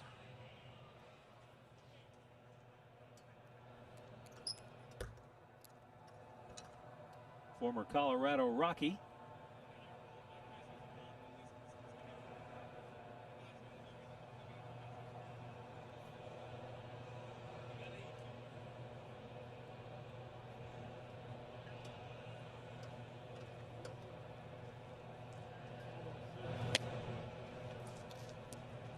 Lindor a base hit in his last at bat. Took a nice swing from the other side of the plate off Williams. And got a base hit to left.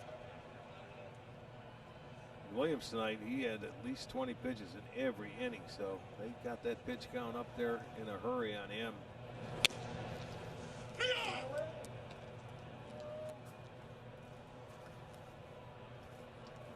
Francisco Lindor struck out in the first. He singled in the third.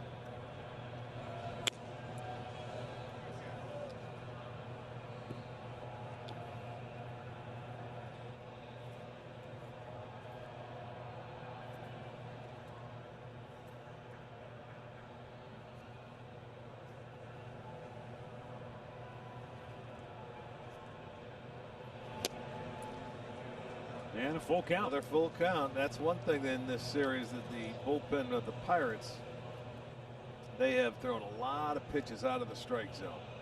A lot of deep counts and walks. So this is the bullpen. You got to make them get in the zone. Got in on the trademark, popped him up. 1 down. T-Mobile ticket to the game. Anthony Santander of the Orioles. He's tied for 2nd in the league in homers. 1st in runs batted in. 3rd in runs, 2nd in doubles, 1st in extra base hits. What a start, huh? And they obtained him from the Indians in 16 Rule 5 draft. What a start he is at. I know we still have a little more than halfway to go, but that's a feel-good story, I would think, for baseball that Baltimore, is 12-12 coming into today after what they went through a year ago. Yeah, you're right. No one expected them to do that early.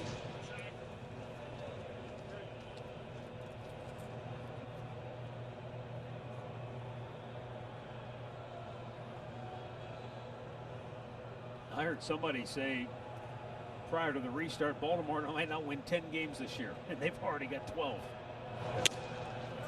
But I mean, it's easy to kind of spit that out when you have a team that was as bad as they were a year ago and figuring to play that many games all in the division against the Yankees and the Red Sox. But hey.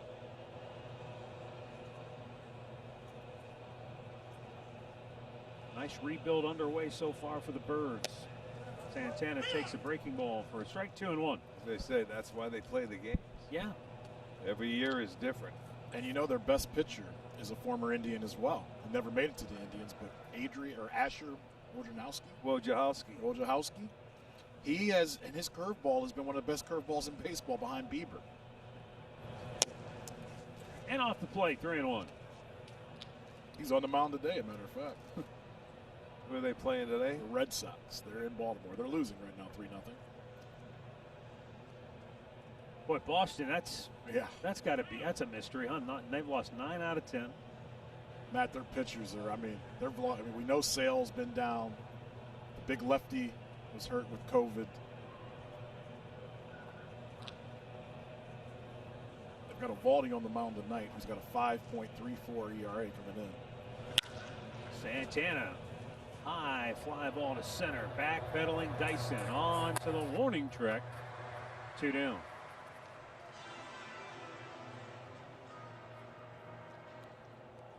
Andre, now I don't mean this to put you on the spot. I'm just, you were talking about Boston. I'm trying to think off the top of my head. What was the return for Mookie Betts? Did they get? They got the outfielder Verdugo, who's hitting 270s. Right. Verdugo's been good. He was hurt.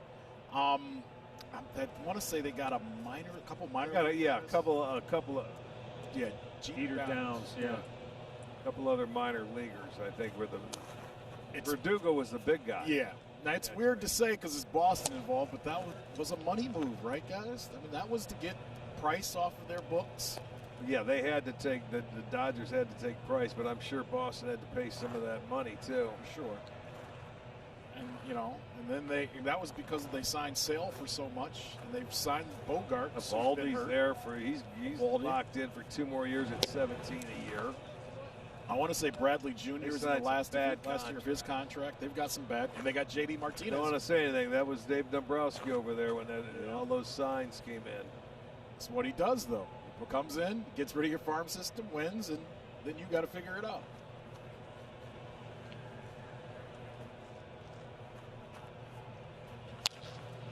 Bullet foul. Well, you talk about money. The Dodgers had to give Mookie Betts Venice Beach and Malibu to sign that long-term deal. Yeah, they locked him in before they even played a game for him. Did that surprise you, Arch? I was just going to ask. Yeah, it did. Yes, it did. But obviously they must have known they were going to do it anyway. Right. But I'll tell you what, Mookie's a pretty good player. But yeah, what was it? A 12-year deal? 360. Yeah. Wow. Like Matt said, they might have to give the Staples Center or the Forum. Maybe it is after that. And off the play, 2-2. That's one of my favorite stories. Somebody asked Jack Kent Cooke once years ago, why do they call it the Fabulous Forum? He said, look at it. What else would you call it? I like that. That's where they built the football stadium, I think, Matt. Is that right? In Inglewood, I believe they've put that new football stadium that's coming near that part or near the territory that the Forum is at. Well, we were supposed to be in L.A. this year for the Dodgers. Hey, we were there for a week. I was about to say it's probably good we didn't. A week in California could have did a lot of things. That would have been an off day there too. Yeah. Between we'd go to L.A. the Dodgers first, and that was right towards the end of May. It was down around Memorial Day. Wow. It's almost like that high fastball that Franmil hit out for the home run in Detroit. He's got him back hunting that pitch again, and that's a tough one to get to. Not a good sign. Consistently, yeah. That's one he can't handle. I've asked you that before because we've seen him get hits on that high fastball, but I've also heard you say that's the pitch that can get him out. It is the pitch. That's his kryptonite. I mean, when you get to 2 strikes, there's not much you can do. You're going to protect. Struck him out, and the Indians go in order. Halfway through, 1-0 Cleveland.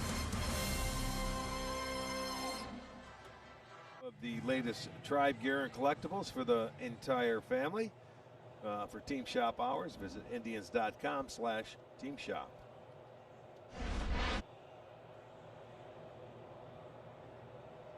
Cole Tucker will lead off for the Pirates here in the 5th inning.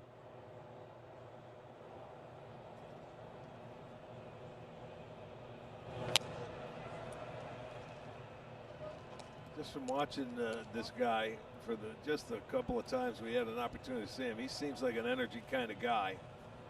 Yeah. And that type of player, you know, where he can really get a team rolling. He's sort of built like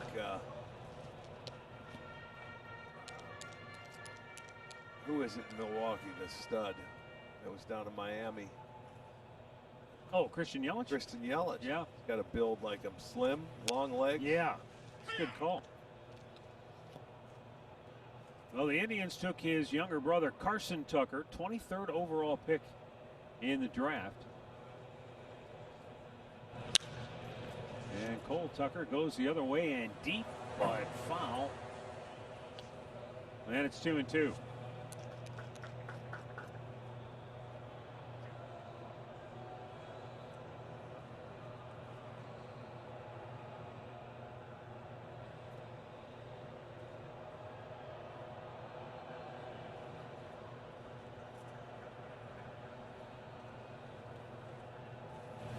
Yes, I knew that one was coming. 8th strikeout for Bieber. Our great clip of the game from last night, more pitching. Aaron Savali, his first career complete game effort. He almost shut him out. Wow, he was just a treat to watch with the command, the control, the number of pitches they were using to get him out. And now you had to think after last night, okay, if you're the Pirates offense, now we get Bieber tomorrow, and they're getting a taste of it. It's not any easier.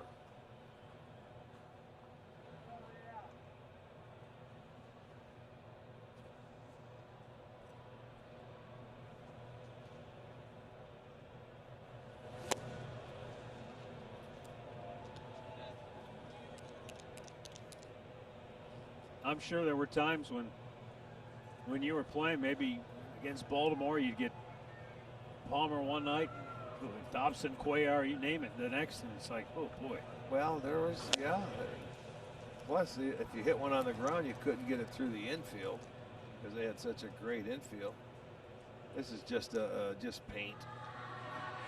Struck him out twice tonight, and both times inside corner fastball. Yeah, and I mean, he's rolling. Once he gets started with that, he struck out 5 of the last 6 guys. He gets on a roll, and he can string them together. Jacob Stallings takes ball 1. He was out looking his first time up.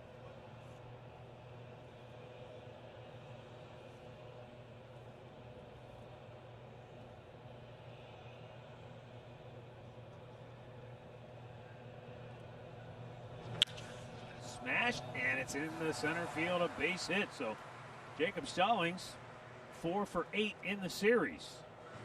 4th hit of the night for Pittsburgh. All 4 hits have been singles. Swing, a good approach. And I'll tell you what, Stallings has shown me something. He was 2 for 2 against Savali last night. He gets that little cutter up out over the plate, stayed on the baseball, didn't try to do too much with it. Take your singles, take what they give you. And he's had a pretty good 2 nights at the plate. Back to the top of the order, and Eric Gonzalez. Chop to third. Jose Ramirez will go the short way, inning over. 5 complete. Cleveland 1, Pittsburgh nothing.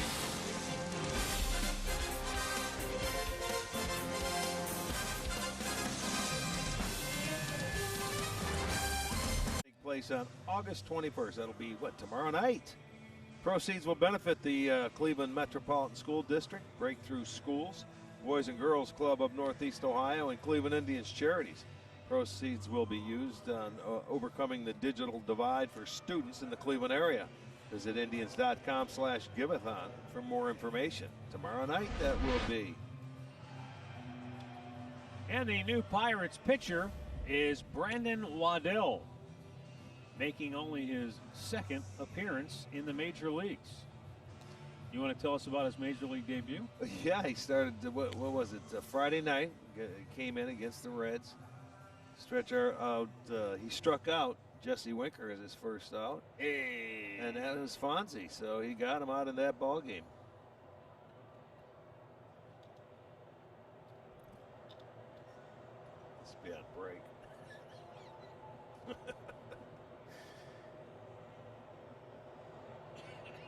It's the first time we've ever worked Major League games where we have a break room. I've never taken a break. I heard what I was you waiting said. for you to jump on that. Winker hit a home run last night. He's hot. I know. Oh my. That's scary. I think Tyler was waiting for that ball to do something, and it just kind Well, of hung yeah. up there. When it starts out at your noggin, boy, and you want to get out, yeah, you wait for it to break, and it never does. That one got away. He's 2 for 2. Done a nice job at both at bats getting to a baseball. He went. I think if you lift the bat off your shoulder, it's a strike tonight. It is tonight. Well, there's a decent look. Yeah. If you You lift got the everything bat- going against you tonight as an offensive player. Eric Gonzalez circling under it and makes the catch one away. Well, our mid-game recap looks like this. Bo Taylor's first hit in an Indians uniform put him on top 1-0. It was a 2-out RBI single in the second inning. Shane Bieber, meanwhile, 9 punch-outs. That's 63 strikeouts in 39 2/3 innings of work this year. Unbelievable. And only given up 6 walks on the year. So how's that for a strikeout to walk ratio? Yeah, and 5 earned runs in almost 40 innings of work. Domingo Santana. It looks like this guy's getting close too. He's putting some really good at-bats together. First time up, hit a rocket, but it was right at the right fielder, Tucker. Then drew a walk and a good at-bat in the 4th inning. And here he is 2-0.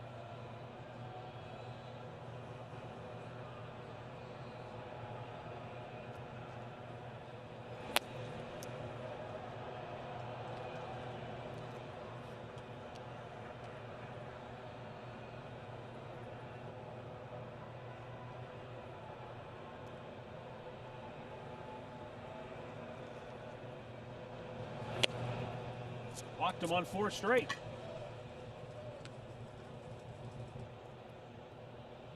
Third walk of the night for Cleveland hitters. We'll get a word from Union Home Mortgage. Union Home Mortgage.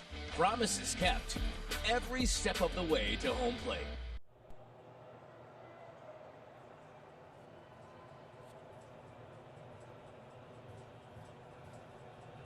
Now Derek Shelton giving the ball to the rookie Brandon Waddell, just his second major league appearance. 1-on-1 out, Bo Taylor the batter.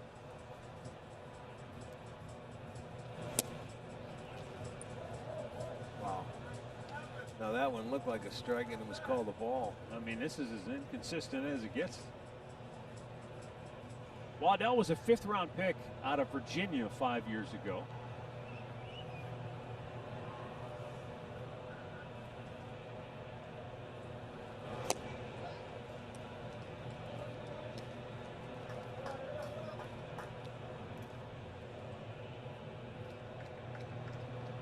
Taylor, as we detailed earlier, hadn't started a game in 8 days, or 12 days. 12 days.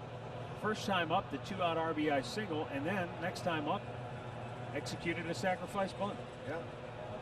Unfortunately, the Indians couldn't take advantage of it.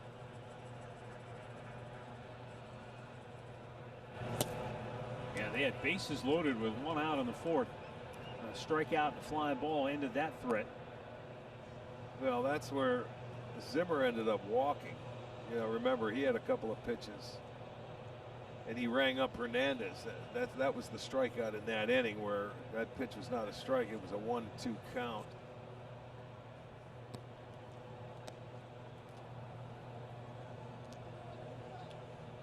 Well, Brandon Waddell getting the message from Bo Taylor. Hey kid, you got to throw strikes. He's missed on 7 straight. Well, this has been what the Pirates man has been doing in this series, man. A lot of walks, a lot of deep counts.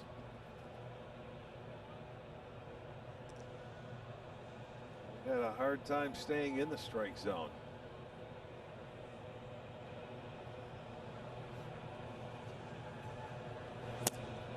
They walked them back-to-back free passes.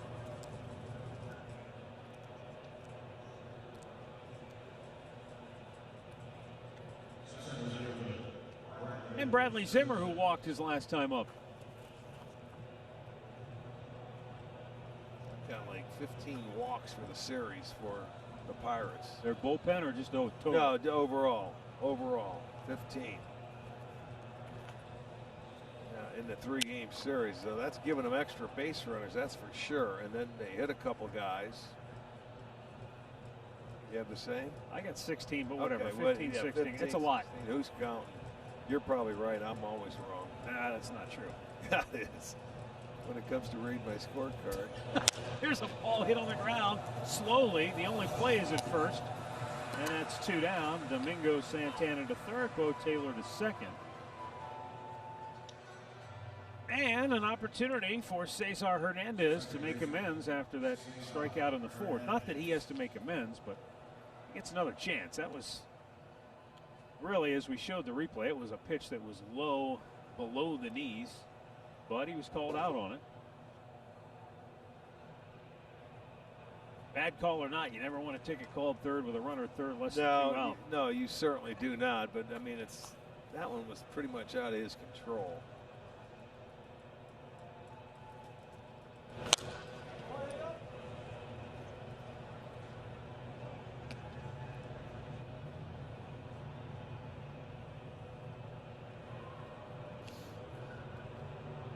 Another thing you may want to do if they're calling that low pitch all night long, move way up in the batter's box and get it before it gets below your knees if you can.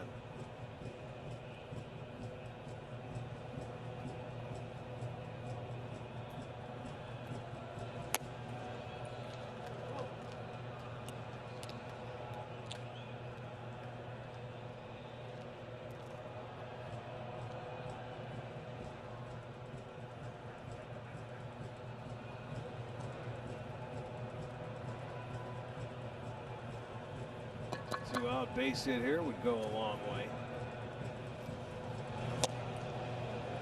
You know, it seems like we see left-handed relievers every single night against the Indians, and yet I look down, this is only, Cesar Hernandez is only 4 for 19. It's only 19 at bats through 25 games against left-handed pitchers.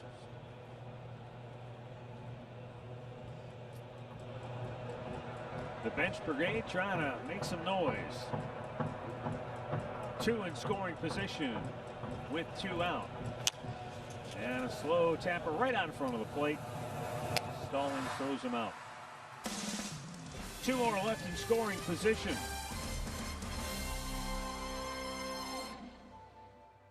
Bottom of the 6th inning.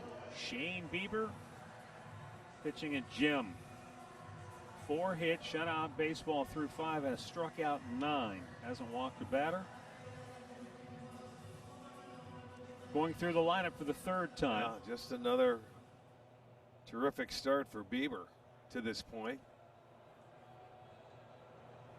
And we talked about it last night with Savali. How many times you see teams going through their lineup for the 3rd time, let alone the 4th time like it was last night. Bieber's in pretty good position here at 78 pitches. That's what you need. You need about a nice 7-pitch inning so you can get back in there, and that'll let you coast for at least 1 more inning. Whereas a guy like Savali can have some of those low pitch innings. It's probably tougher for Shane because it's hard to hit his ball. Swing and miss. Yeah, they swing and miss off him more than they would Savali. Savali had the ground balls working. But, I mean, his breaking stuff is wipeout stuff. Bieber's. Savali's is subtle. It's always moving. And you see it, and you can put a bat on it or put the ball in play. But what's amazing to me is 3 years ago, people said that Shane Bieber was a pitch-to-contact pitcher. Maybe he was. In 3 years, you go look at the scouting reports from when he was drafted. Even as he walked on to college, 4th starter, 5th starter, pitch to contact, throws a lot of strikes.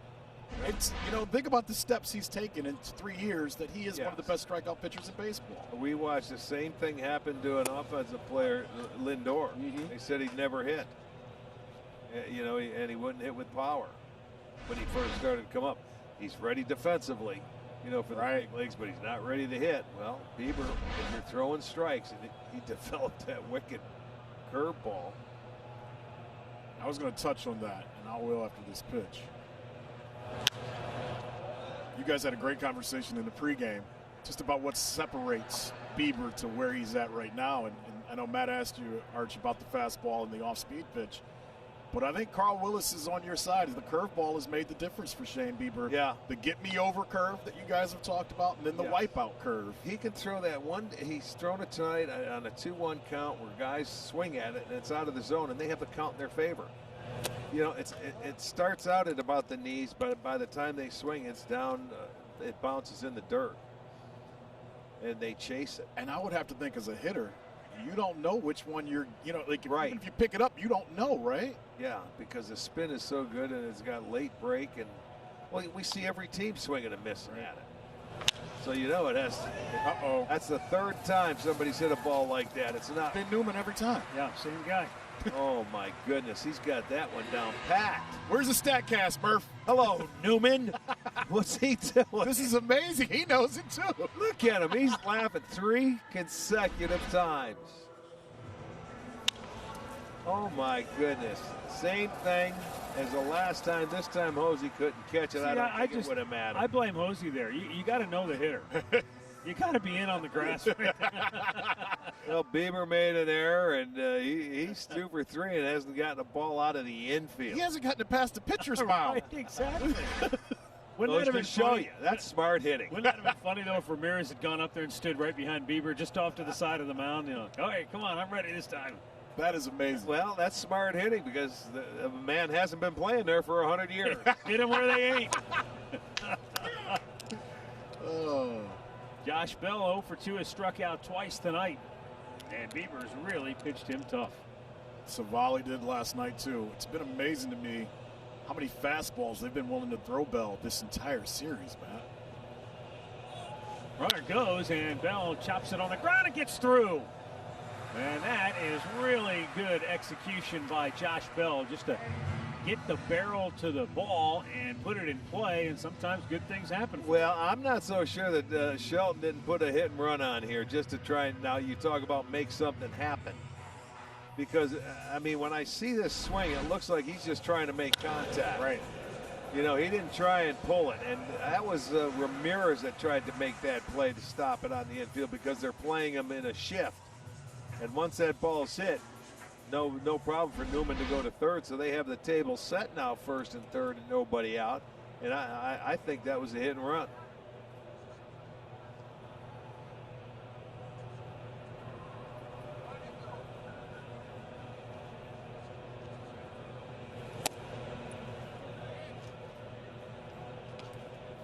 This is, I believe, Adam Frazier. Yeah, he's taking over for Colin Moran, who was ejected.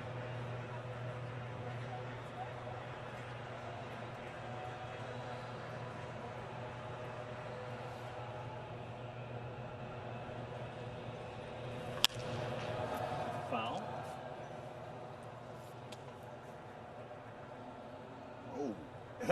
You know what I want to look see. like you. No. That looks like a man with his knees hurt when they run.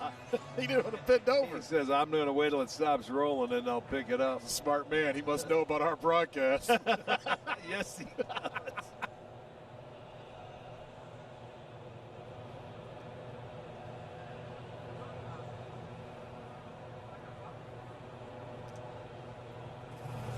Oh, baby.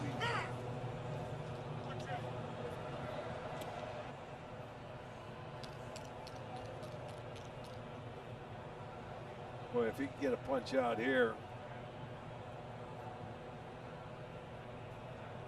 that would be very nice. Keep the double play in order. There was that pitch again. Just able to get a piece of it. That's the one thing here, though, you know, with that man on third base, and if he's going to throw that pitch, he's got to be careful. It may have to be a little lower and bounce it, but you got to trust it, Bo Taylor, to keep it right there if you're a catcher.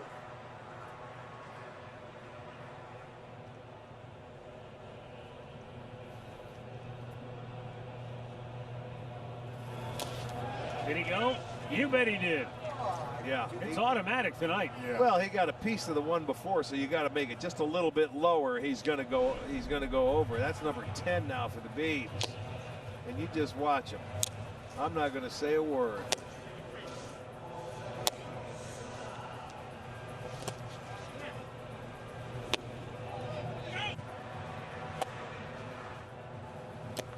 That breaking ball is devastating. There it was. Frazier couldn't say anything because Colin Moran Yeah, got ranked for the same thing. That's correct. He could not. So 4th game of 10 strikeouts this season. And he's not done yet. That was a big strikeout. If he could get a ground ball here and possibly get a double play, he has been able to. Ozuna made a out to right field, and he got him to strike out the 2nd time.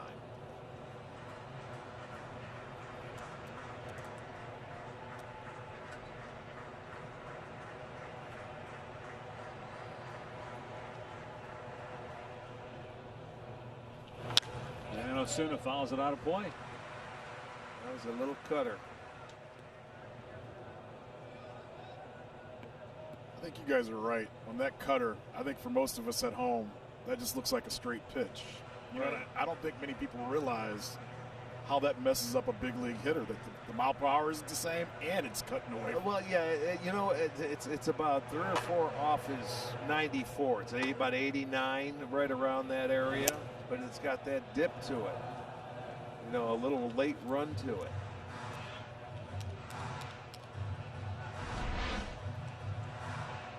There's a check swing that,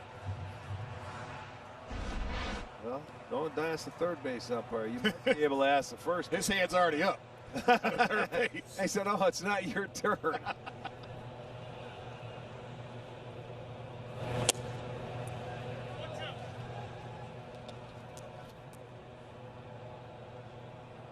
Here you look at the pitches by inning for Shane Bieber, right at the 95 pitch mark now. But he's right now he's working hard to try and get this 2nd out without allowing that run to score. So he's grinding away.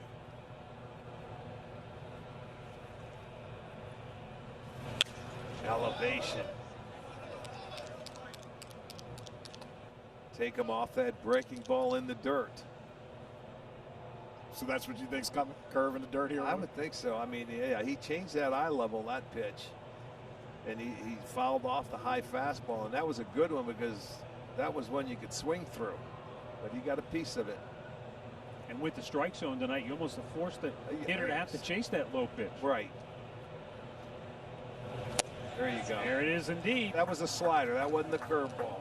Strikeout number 11. Oh, he is. But the location down below the knees. And going away. It looks like the other pitch, but that's the slider. I mean, just look at it. Just off the outside edge.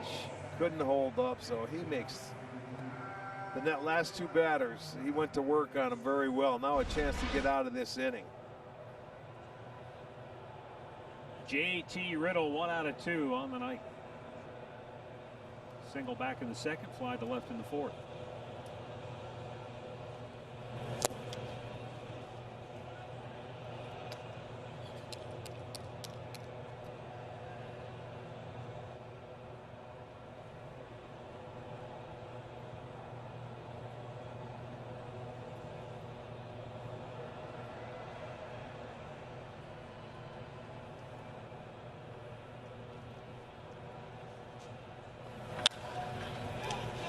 What a job. Right field, Naquin. And Bieber gets out of a jam here in the 6th. The Pirates get him at the corners with nobody out, but cannot score. Buy one window, get one free at universalwindowsdirect.com. 0 interest, 0 payments for 12 months. Buy Wendy's. Enjoy a Frosty Chino or a breakfast Baconator. Tomorrow's looking good at Wendy's. And by Chevy. Get behind the wheel of a new Chevrolet and find new roads again.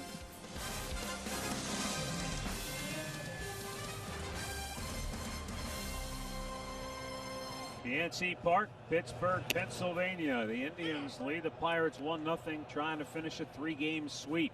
7th inning, and Jose Ramirez leads off. He's 0 for 3 on the night and hitless in the series. Outside, 1 ball, 1 strike.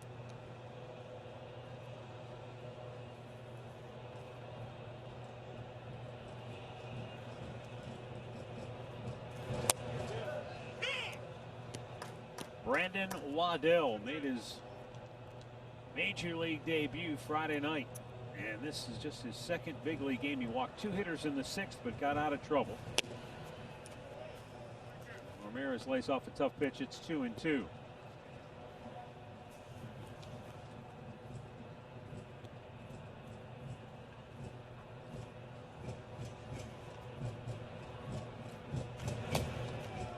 Down low and a full count.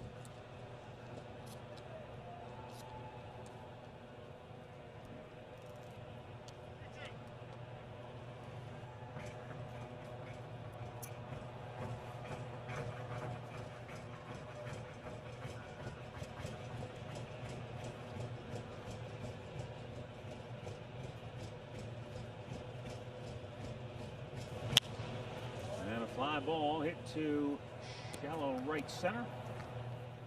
Newman makes the grab, 1 down.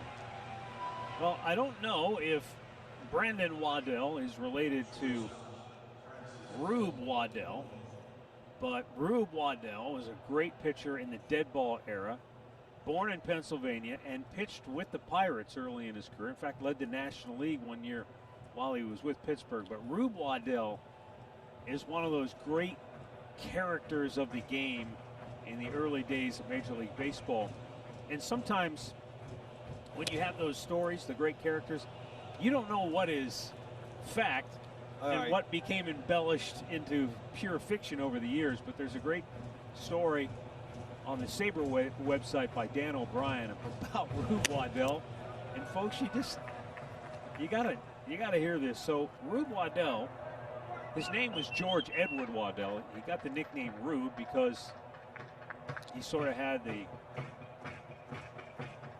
disposition of a young child.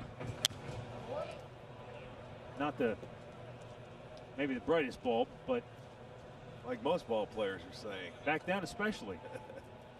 So this is from the story. Known to occasionally miss a scheduled start because he was off fishing or playing marbles with guys on the street corner, Waddell might disappear for days during spring training, only to be found leading a parade down the main street of Jacksonville, Florida, or wrestling an alligator in a nearby lagoon.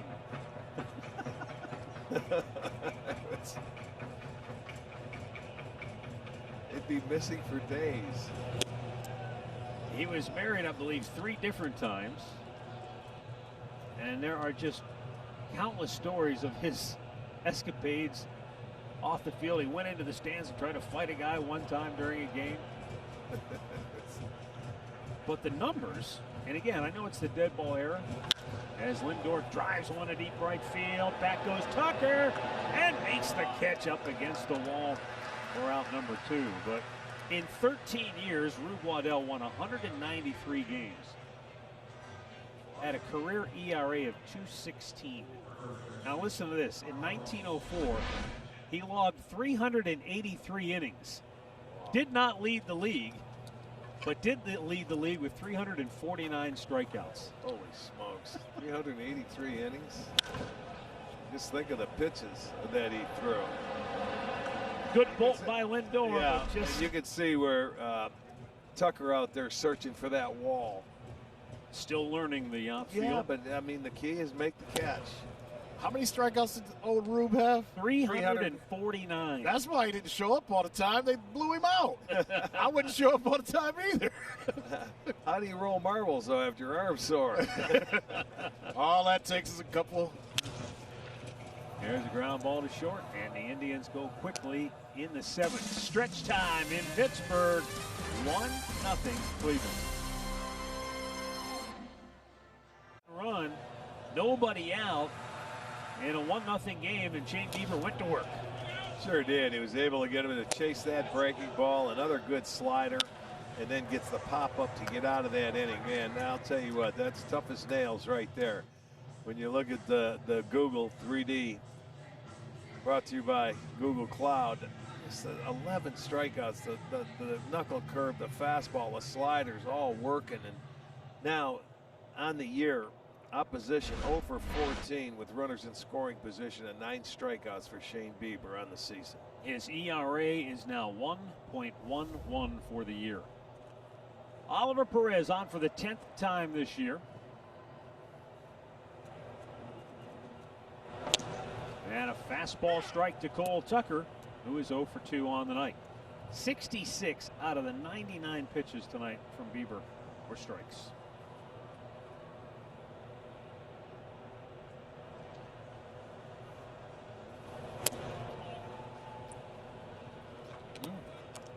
He's been watching from that bullpen, trying to keep that ball down. Didn't get the call there.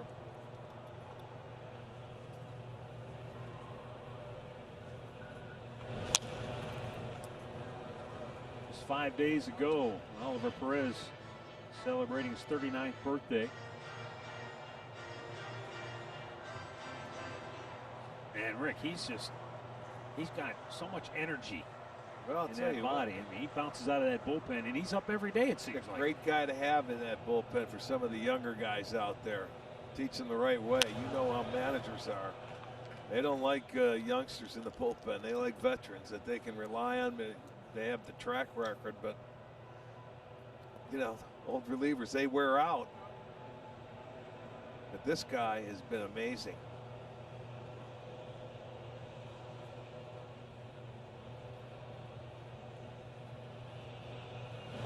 Look at that. Got him looking.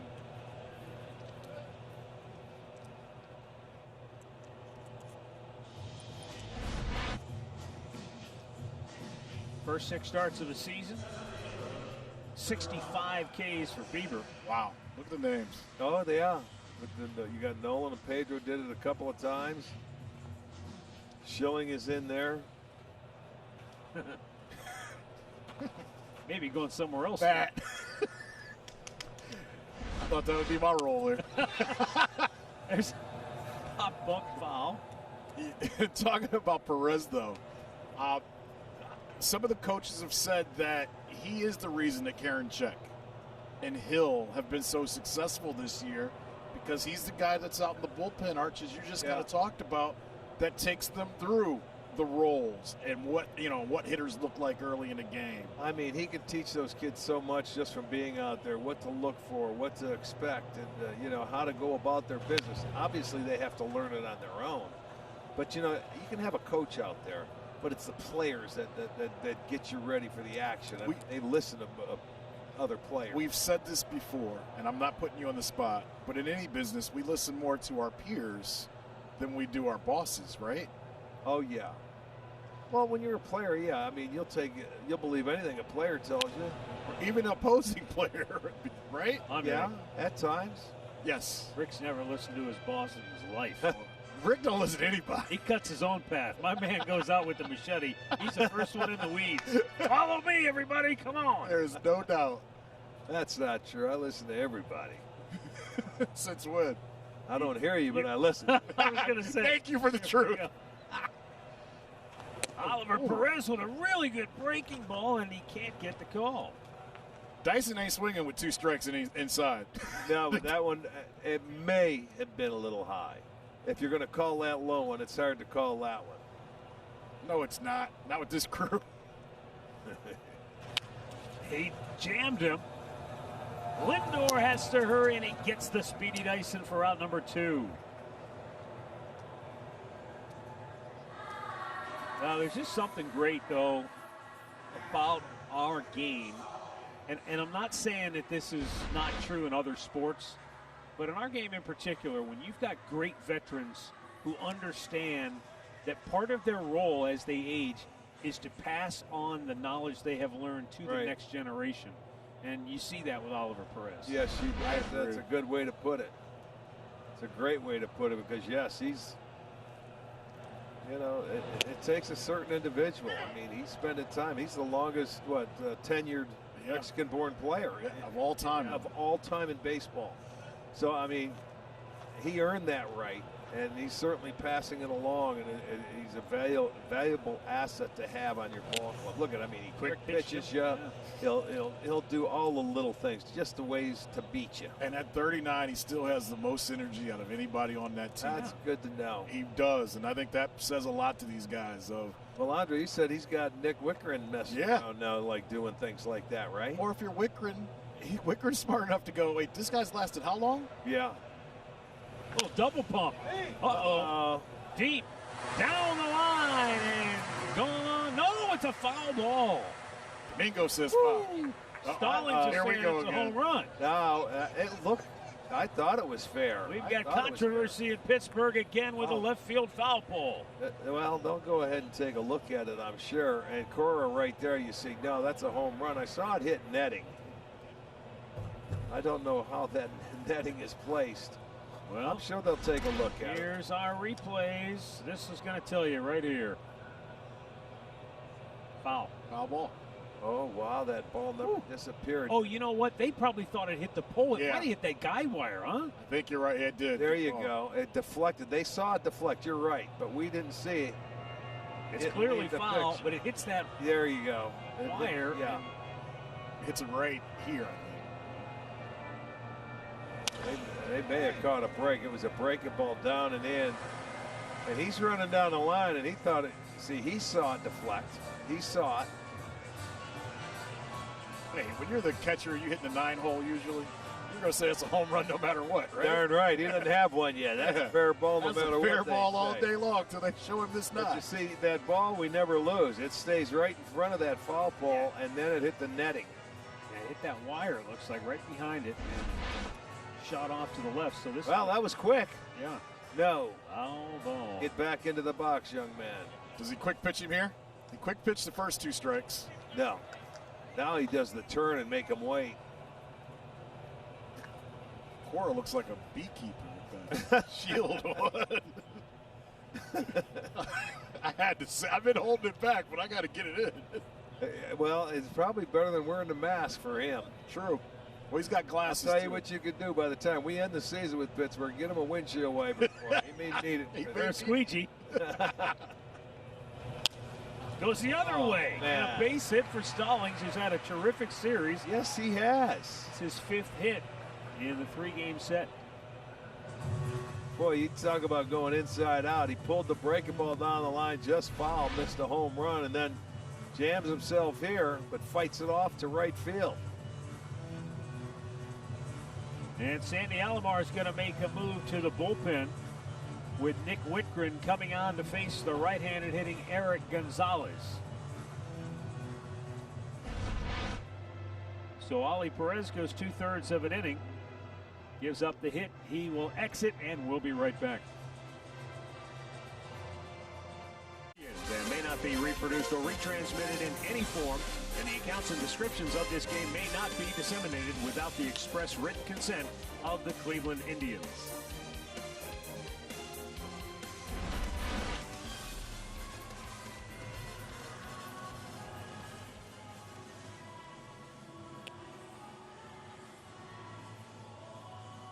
One nothing, Cleveland on top. Bottom of the 7th. There are 2 down, runner at first. And Eric Gonzalez coming to the plate. Nick Wickren on for the 11th time this year, 1-0 at 2.70 ERA. He's punched out 12 in 10 innings of work.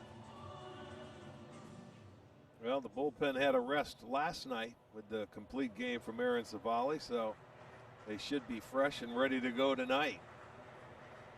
And Perez was the first man out. He got it 2/3 of an inning, and now it's up to Wickren to get out of this inning. Nice fastball.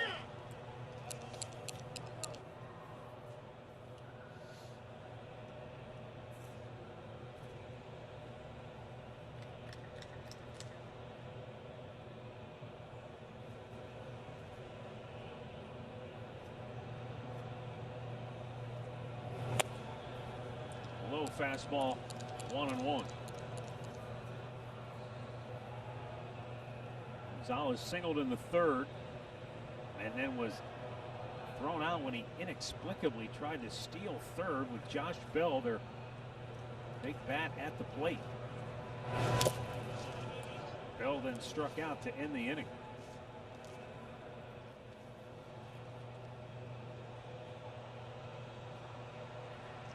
Shane Bieber, Aaron Savali, last two pitchers in this series looking on here in the seventh.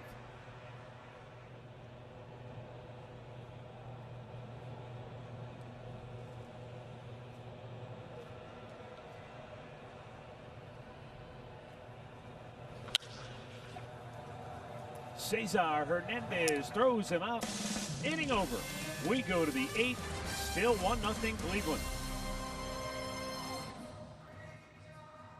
Go to the eighth inning, and since we're playing Pittsburgh, we're going to take a look at one of the Pirates' all-time greats, Willie Stargell, known as Pops affectionately in that clubhouse. 21 years in the major leagues. Yeah, that's terrific. Yeah, 475. Just missed the 500 barrier. 1,540 ribbies. Of course, he was the 79 NL MVP, NLCS MVP, all the VPs. Series VP. Wow. Yeah, he was an MVP. Yeah, he was very important. Yeah, in that 1979 World Series, he was the They were down 3-1, weren't they, to the Baltimore? Baltimore, yes, back then, and he brought him back. He homered in Game 7, and in addition to the numbers, because baseball, we look at the numbers, we judge players based on the numbers, but you can't tell the story of Willie Stargell by the numbers. You had to have either seen him play or talked to people who were around him, because he embodied sort of that kid-like spirit throughout his entire career. Yeah, and that was a big man doing that. Right. You know, to see that they bring the kid out of a big man, and he could look mean, man. Yeah, he could be intimidating when he stepped in Right. the batter's box. Right. And, 5 minutes later, he could be hugging somebody. And, you kind of look at Franmil Reyes that way. He's a big, imposing figure, but he's got that big smile, Yeah, the big laugh. Yeah. A gentle giant. Yeah. But, I got to spend a little time with Ken Griffey Sr. this offseason, and he told me some Willie Stargell stories. Yeah, there's some good ones floating around. Oh, yeah? There's some great ones. And, you didn't want to get on the wrong side of Willie either. Well, the nickname kind of tells you that, right? Yeah. I mean, Pops. Yeah. Could be a little bit of anything and everything. But he also was the guy. And, in 1979, it was his idea to pass out the stars, kind of like they do in football with the helmet stickers, for good plays. And so if you got a Stargell star, they started putting them on their caps. And by the end of the year, guys had their entire hats filled with Stargell stars. But that was his idea of trying to bring the club together. And he was the absolute leader of that bunch. Chuck Tanner, the great manager, Newcastle, Pennsylvania, and worked in the Indians organization. I remember when he was helping as He's one of the worked in a scouts. lot of organizations. A great baseball man. He said once, having Willie Stargell on your ball club is like having a diamond ring on your finger. There he is, and he had that great man. wheeling the bat in the batter's box. Look at that yellow unity. Wow. Yellow. There's the There it is. 79 Yes. World Series. Watch. Thought we were going to see his homer in the Fall Classic. They had so There's many Bill Robinson. uniforms. Yeah, they did. They had a lot of different unis. So Franmil Reyes aboard on the walk-in. Tyler Naquin, 2 hits on the night at the plate. And he tries to go the other way just by the glove of Eric Gonzalez. And the Indians have their first 2 aboard here in the 8th. Kept his hands back beautifully on that slider and took it the other way. Good swing. Naquin 3 hits tonight. And all right what we expect. Right center on the 2 of them, and then a low ball. He ended up driving it in the gap between first and second. They need that, Arch. They need him. They need somebody down at the bottom They do, of it. man. He's sitting behind the big man, Reyes. Tommy Bowe will be emailing us tomorrow morning, 6 through 9 numbers. Oh, wait, you just said it. They'll be here shortly. Chris Stratton He's in a jam. Domingo Santana, he blew it open for the Tribe last night. He's got a chance to do it again here tonight.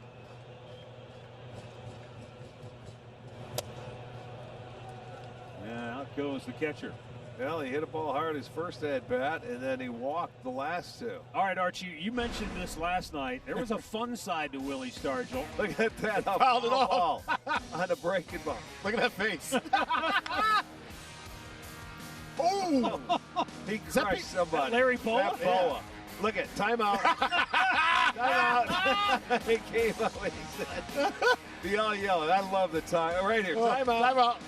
You're not even there. Then he stepped on the bag like he was already. Said, "Look, I was trying to call timeout. You didn't give it to me." That's classic. Well, that was one of his other great quotes. He said, when you start the game, the umpire says play ball, not work ball. And, he said you should enjoy your time between the lines because Absolutely. it goes fast. And he played for 21 years. Right. Wow. He's fortunate enough to do that. But, back then in those days, the goal as a professional baseball player was to get 20 years because that's what you needed to max out for your pension back then. Really? So all those guys, 20 years. Now it's like 10. And you never could get a pension until you got at least 4. Yes, it's maxed out at 10 years now. That's amazing. So it was a goal of everybody, to get to the big leagues, but not only to play, but to play for 20 years. And not everybody could do that. Very few have done that. So how did that change? Because started making too much money and they cut it in half. Yeah, so 10 years you're maxed out as a vested member, but it only takes 1 day to get it now. I mean, you get it from any day you're on the major league roster. But you never received it. And there were guys that missed getting their pension by 1 day or 2 days in the game of baseball. But to kind of bring this thing full circle to what we were just talking about, think about Willie Stargell. He started his career in 1962. Who did he learn from? Roberto Clemente. Wow. When Right. Clemente passed away, Stargell took the baton and became the And leader of moved that it ball on. club. Yeah. Huh.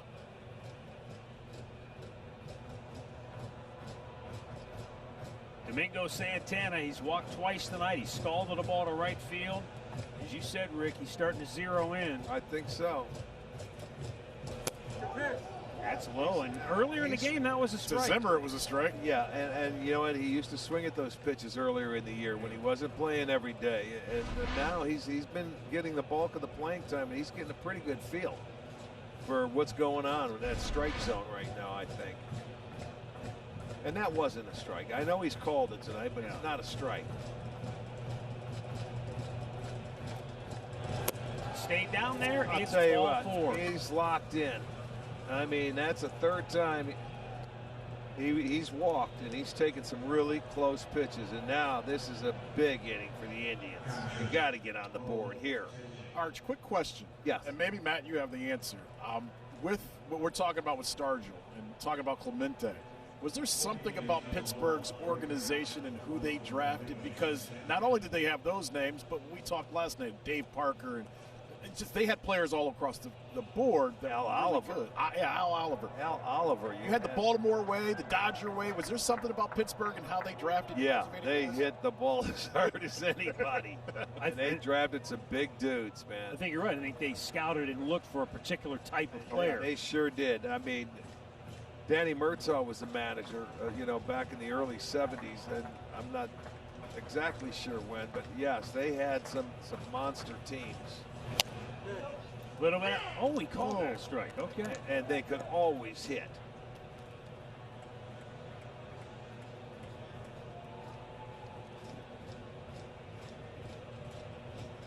The catcher usually doesn't get a call like that against him. What's Bo Taylor done to him?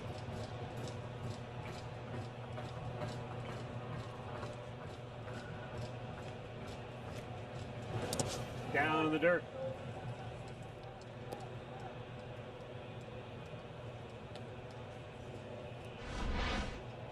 Well, with the bases loaded, nobody out, it comes a little slider, but as a catcher, you're just going to protect, block it, keep it in front of you.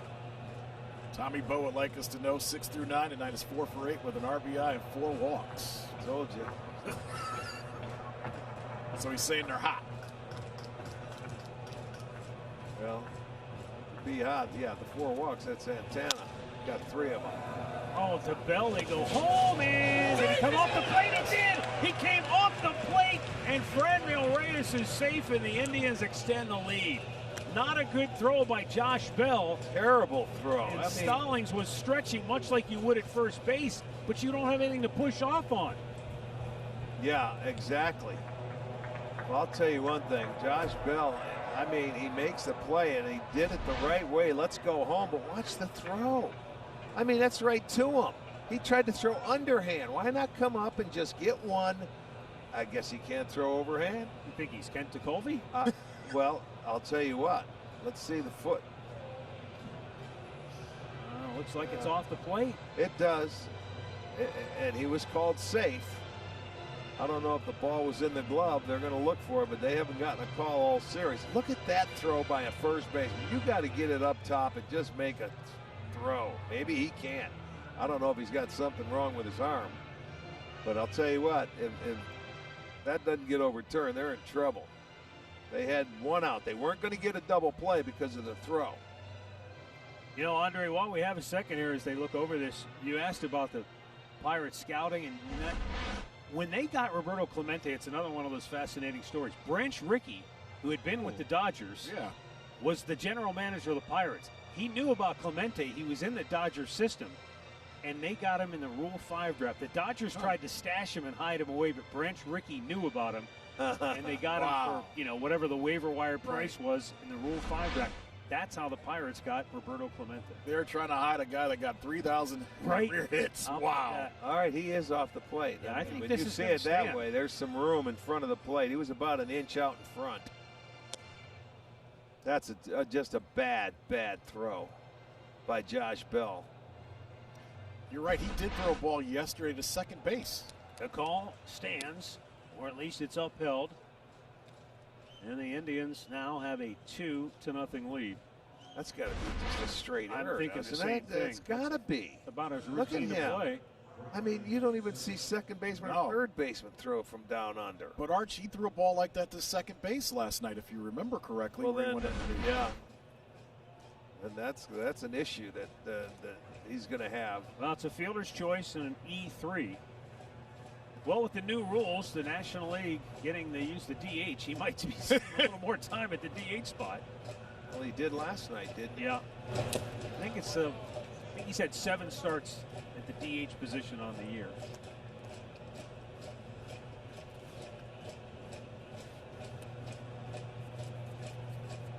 Once again, the walks are coming back to hurt this Pittsburgh team. And another error. Give them 20. They've had one in every game. 3 in one of them.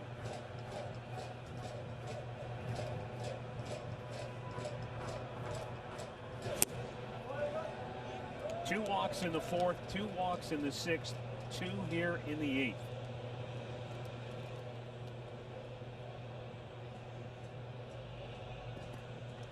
Bradley Zimmer,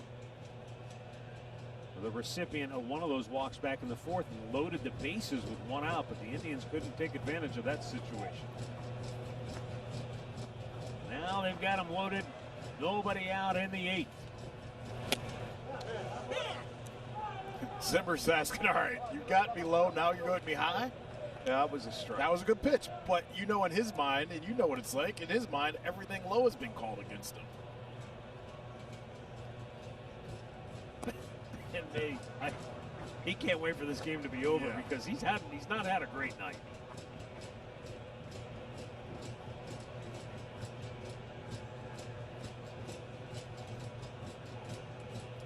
The 1-2. I will say this about him, though. You give him credit because he did draw that walk after he called 2 bad pitches on him. Yeah. In that one at bat where he could have easily caved in, but he ended up drawing the walk. Be nice to get a little green right here and get this lead bigger for the Trail. Well, just get one more guy in. That's what you're looking to do.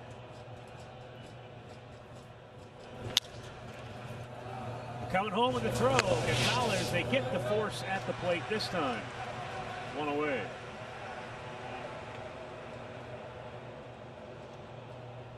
You can see Stallings kind of stomping on that plate. He's going to He wasn't taking that foot off the plate. I think he had his spike nailed to the plate before he got out.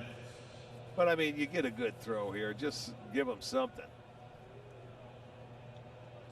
Well, they get their first out. Not much of that plate for Naquin to go in there, but retired.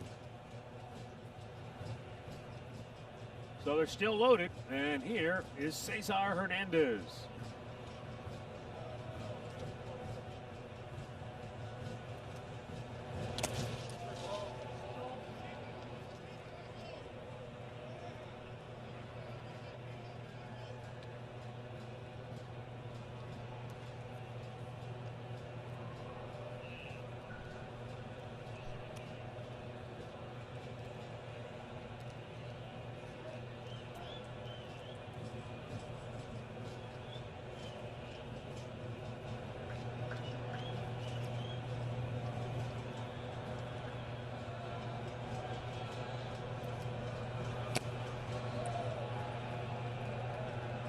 Well, the Indians,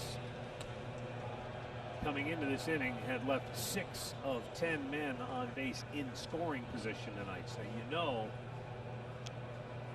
they desperately want to make amends and try to, as you say, poke a hole in it and expand the lead.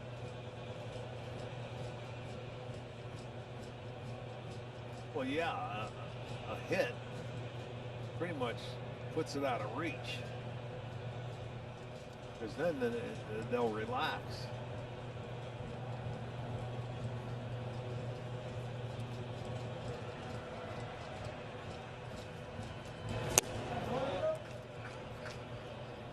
Two and one.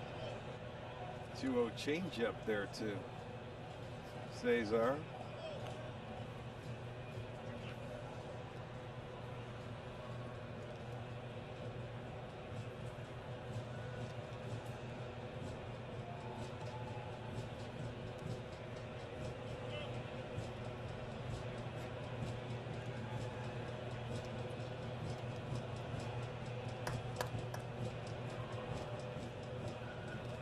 Chris Stratton with the 2-1.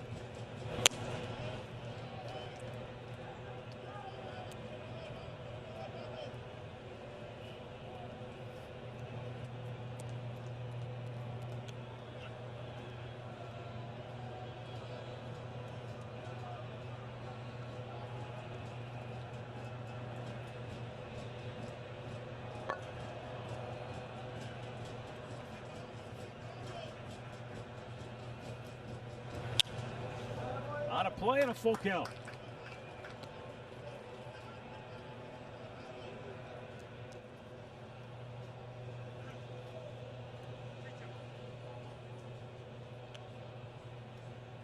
Jose Ramirez waiting on deck.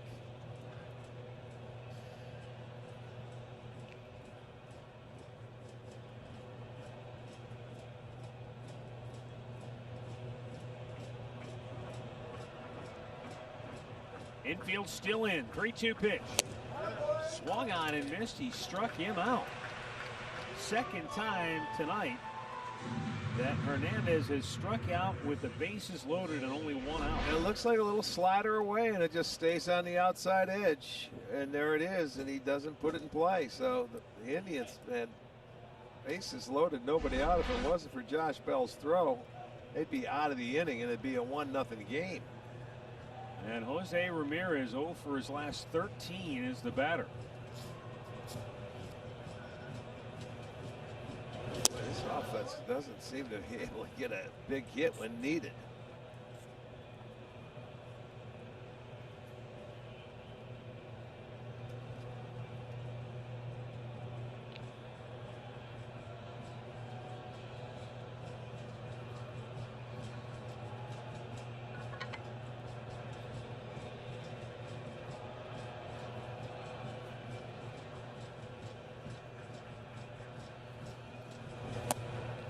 Takes down low, 1-1.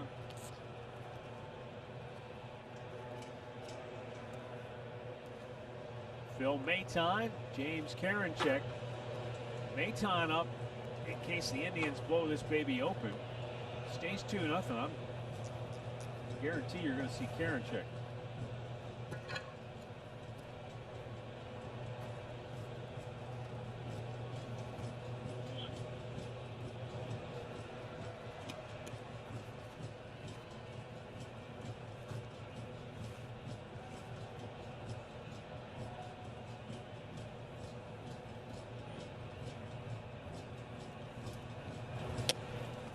Off the plate, 2 balls and a strike for Jose Ramirez.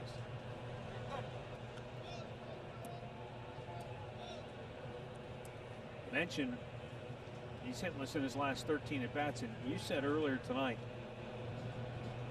little quick on the inside pitch. He's starting to get into that pull mode again. He's there. He feels like he has to swing at everything. He'll never let one go inside, and to hit it, he's got to start early. Well, can't ask for a better situation. He's 3-1 with the bases loaded. This guy can't throw a strike.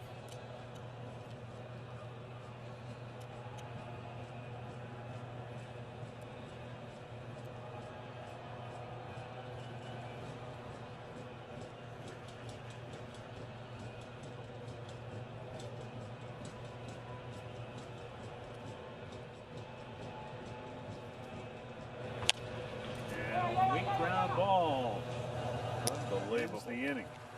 Well, the Indians do get one, a gift run thanks to the Pirates defense, 2-0.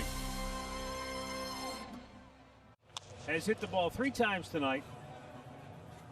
What would you say, about 15 feet on that one? Well, look at the second one gets by Bieber, and it was just placed perfectly. I mean, Ramirez was there to get there, and that's the 3rd time he did it. Incredible. 2 hits. Been on base 3 times. He reached the first time with Bieber's error. Ryan Newman wouldn't appreciate that, Matt. He drives race cars. I know. But it was good. Hello, Newman. Hello, Jerry Newman. James Karinchak on for the 12th time this year, and look at those numbers. Wow.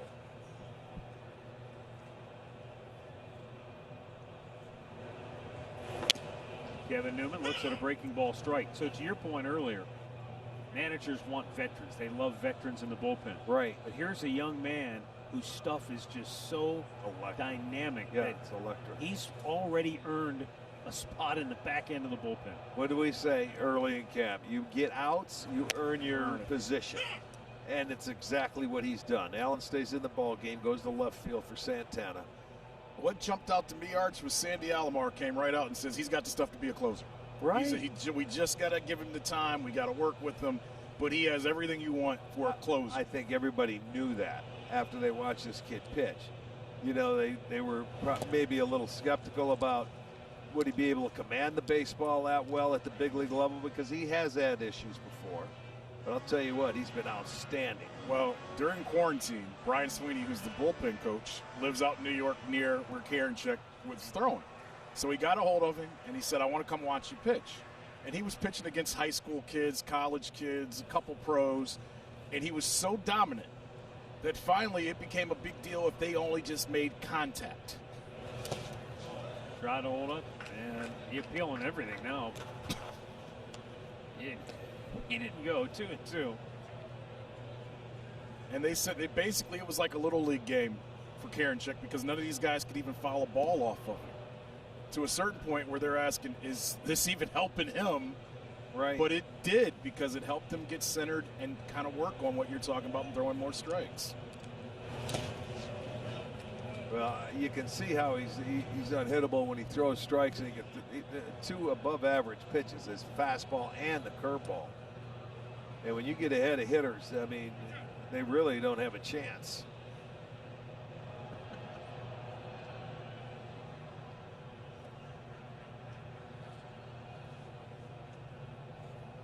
Here's the 3-2 to Newman. And he lost him. Too many curveballs, it looks like. He's really just all breaking balls. And now the Pirates bring the tying run to the plate.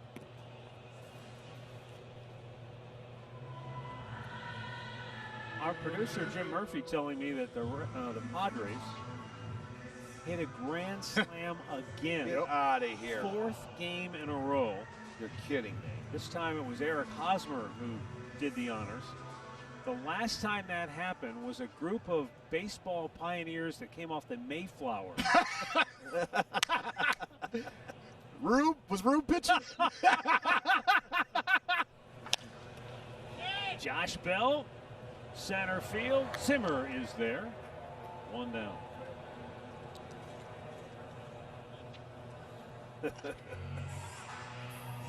That's incredible. 4 games in a row. I mean, you might Just go to get the bases loaded 4 games in a row is going to be tough sometimes, let alone hit 4 grand slams. I remember the year we saw Pronk hit, 6? He had 6, yes. And that was incredible that year. Yeah. Because you say, as you said, you don't get that many opportunities sometimes to hit grand slams, and then to not only get them, but to consistently come up with the big fly. And then Pronk gets hurt. Guy replaces him on the roster. Kevin grand Kuzman slam off the next day. first swing. Well, he got hit in the face with it. Hafner with the bases loaded. With the bases loaded. Wasn't it the lefty Mark Burley? No, it was in Texas. Oh, okay. He did get hit by Burley in the face, though, later on. Oh, that was a different, okay. I'm trying to think who it was in Texas. It's been a while. It could have been C.J. Wilson. Somebody got him in the face with the bases loaded. I'm sure Proc somewhere sitting around going, He's yelling at the TV yes, right now. Yes, thanks, guys, for remembering this. Thanks for remembering this about me. Frog, I'm sorry, but it's a long time ago. I forgot. I'm getting old. Wait a minute, there's a good hook. 1 and 2 on Adam Frazier.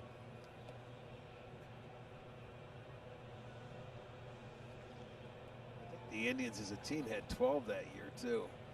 When Pronk had 6, 12 or 13.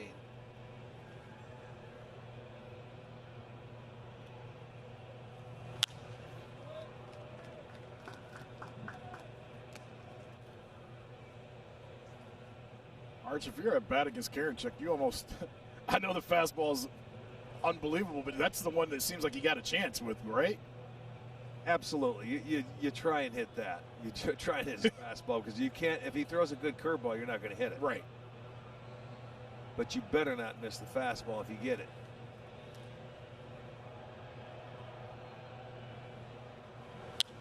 See, for me as a hitter, I mean, you do not swing at his curveball unless you have to when you get to 2 strikes. Well, it seems like he's got Frazier where he wants it. You know, when he comes out of the chute and he can throw that curveball strike when you're going, oh my goodness, it'd be nice if he missed on it.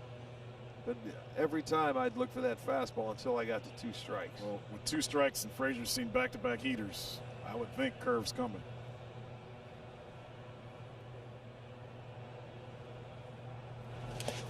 He went. He went around, says home plate umpire. Uh-oh. Ben May. Frazier arguing briefly. 2 down.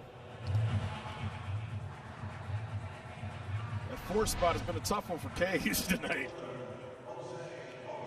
Yes, it has.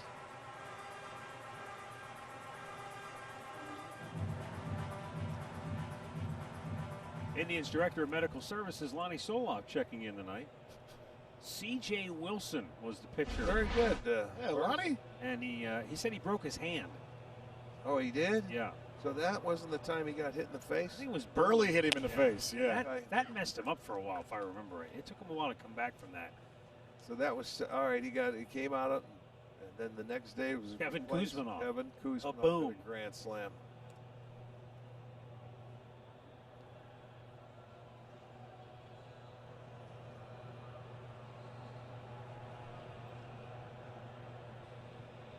Two down. Jose Osuna 0 for 3, and he waves at that breaking ball in the dirt.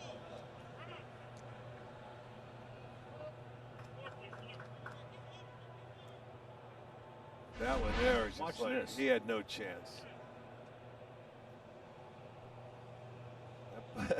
He committed.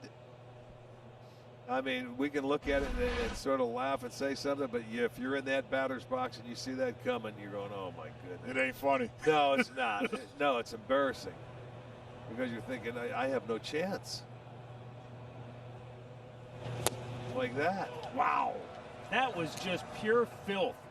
James Karinchak, a couple of Ks in the 8th. It's 2-0 Cleveland. Recapping our storylines tonight, brought to you by McDonald's. Bookham Shano. Yeah, that was. He had him handcuffed early and often. 4th career game without a walk and 10 or more strikeouts.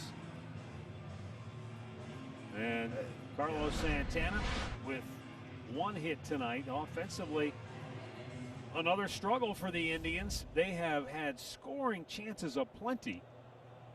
Oh my goodness, look who's in the game. Oh, here we go. You got your chance. There's my man. Nick Turley. Nick Turley. Where's Andre? Turley's in. Yes, he is. Baby. Buckle up, folks. My man. Arch is moving in with the Turleys after this. All right, so I got to see if I can remember the story now. You better. I know, right? I built it up. First ball swinging, Lindor just. Oh, boy. Frankie doesn't want to hear the story. In disgust. No, Yeah. nobody does. Well, maybe he wants to go sit down and listen to it. Okay. So 1 down. So Nick Turley believes that somehow he's a distant relative of the late Bullet Bob Turley, who was a great pitcher prior to Rick's appearance in the major leagues. But anyway, the story goes that Bob Turley, as a youngster, went to a Yankees tryout camp, or a tryout camp for young players.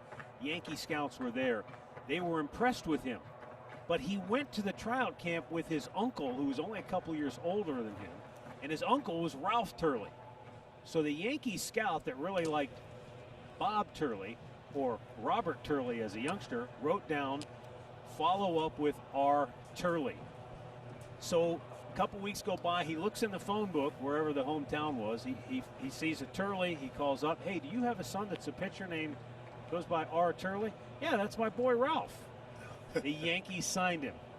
You got it. Ralph Turley. The St. Louis Browns then signed Bob Turley.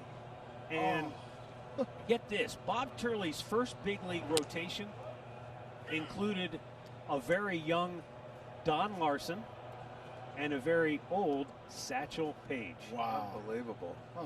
And then eventually he was traded with Don Larson to the Yankees. So the Yankees finally got their man But after a while. But the punchline of the story is that early in his minor league career, Bob Turley hooks up with Uncle Ralph. They're going to go to dinner after a game. He shows up at his hotel room, and Uncle Ralph is packing up the suitcase. He looks at Bob and said, the Yankees signed the wrong Turley. He was getting sent home. They probably figured it out. Yeah. How about that, though? Isn't that crazy? It's very crazy. Glad we got Turley in. I needed this conclusion. I needed it. I didn't want to wait. I couldn't wait till the end of the September. year. Yeah, I couldn't wait. Now you Well, know. did Nick ever the rest find of the out? story. Yes. Is it Nick Turley or I don't even Barry know. Turley. What Turley are we watching? Is this the one Pittsburgh wants in? Wasn't there a lineman, Kyle Turley? Kyle Turley. Yeah, through the helmet. Hope he's not related to him. Yeah, he's a little different.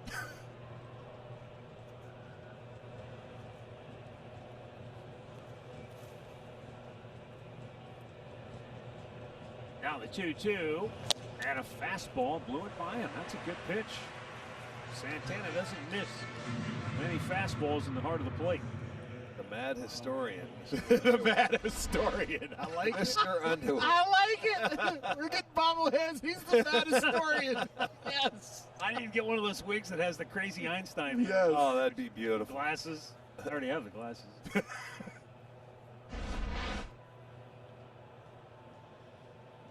And we're not even halfway through this season. We're getting there. Getting close. It is late August, though. Andre, I was thinking to myself today as I was waiting to come to the ballpark, Is it still the dog days of summer when we've only played 24 games? There's been a couple days when we've gone to break. It's not, but it is. Yeah, not for me, man. It seems like we just started. Well, all right, this baseball's been your life. What has this been like? And quickly, because it's 2 outs, but how weird has this been for you? The king of the 2-out story. That's what I do. He really is. He never learns. Baseball is only 3 outs, Andre. Is it really? You know what? No, this is just starting. It's been so weird and everything's so new and it's so different that, you know what? So by the time it's over is when you're just going to be getting into your groove. Oh, I wouldn't even. Yes, I won't even be stretched out. This is like spring training. 1-2 the count. Big curveball in there. Well, Matt is giving us the Turley story. Andre, I said to Archie the other night when we were walking out, I said, you know what's going to happen? Guys, individual players and teams, they're going to hit their stride right about the time the season's over. Totally agree with you. And they're going to be, oh, man, we need a couple more weeks. Yeah, they're going to run out of time. Yep. To third, Riddle throws him out, and the Indians go 1-2-3. Brad Hand will try to nail it down next.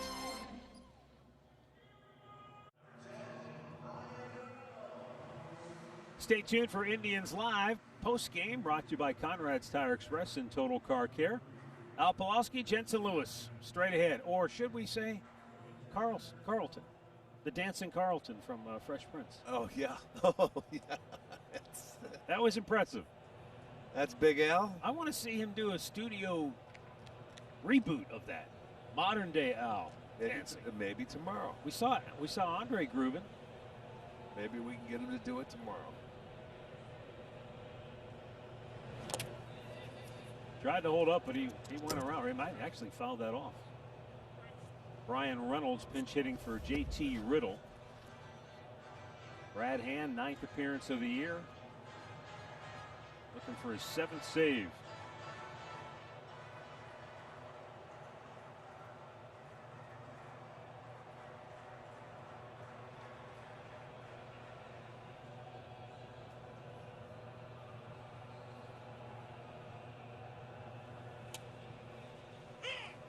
And by the way, not that we wouldn't trust Lonnie Soloff, but Pronk just texted me to confirm. Yes, it was C.J. Wilson. Good. And the bases were loaded. Yeah, thank you, Pronk. As a hitter, you probably don't forget those. No.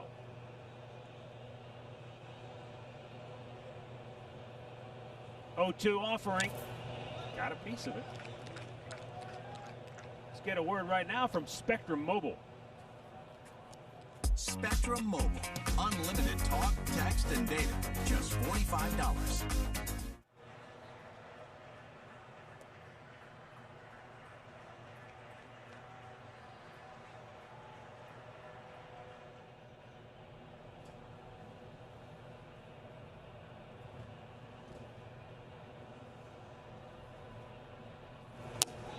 Ooh, Yeah, bullseye. nice fastball. Third consecutive Pirates hitter that has struck out. And the 15th of the game. Just a well-located fastball on the inside edge at 92. Perfect placement after Adam chasing that ball in the dirt. With that leadoff hitter out, number 1.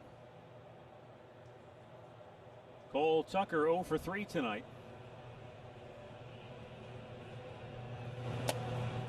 Checked on a slider down and in.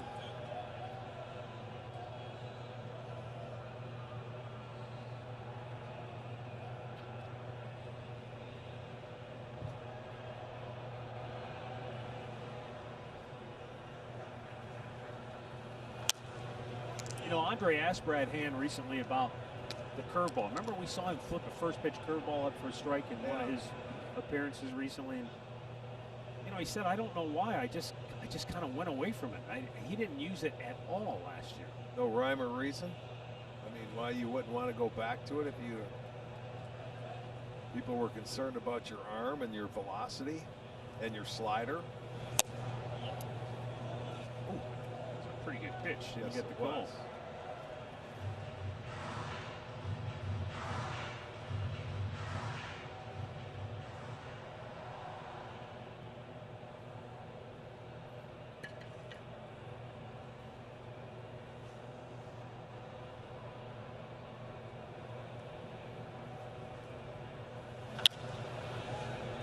In the air, routine, right field, Naquin.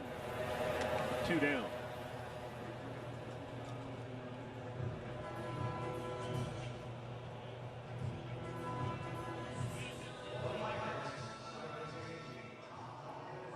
So that'll bring up a pinch hitter for Gerard Dyson, John Ryan Murphy, the other Pirates catcher.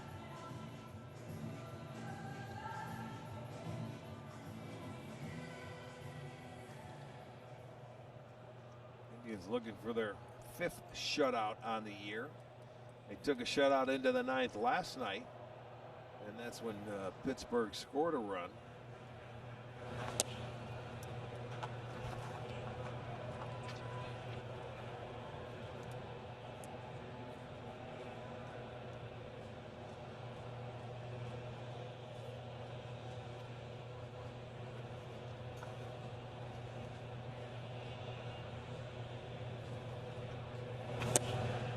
As Tom Hanks so famously said in A League of Their Own, there is no crying in baseball.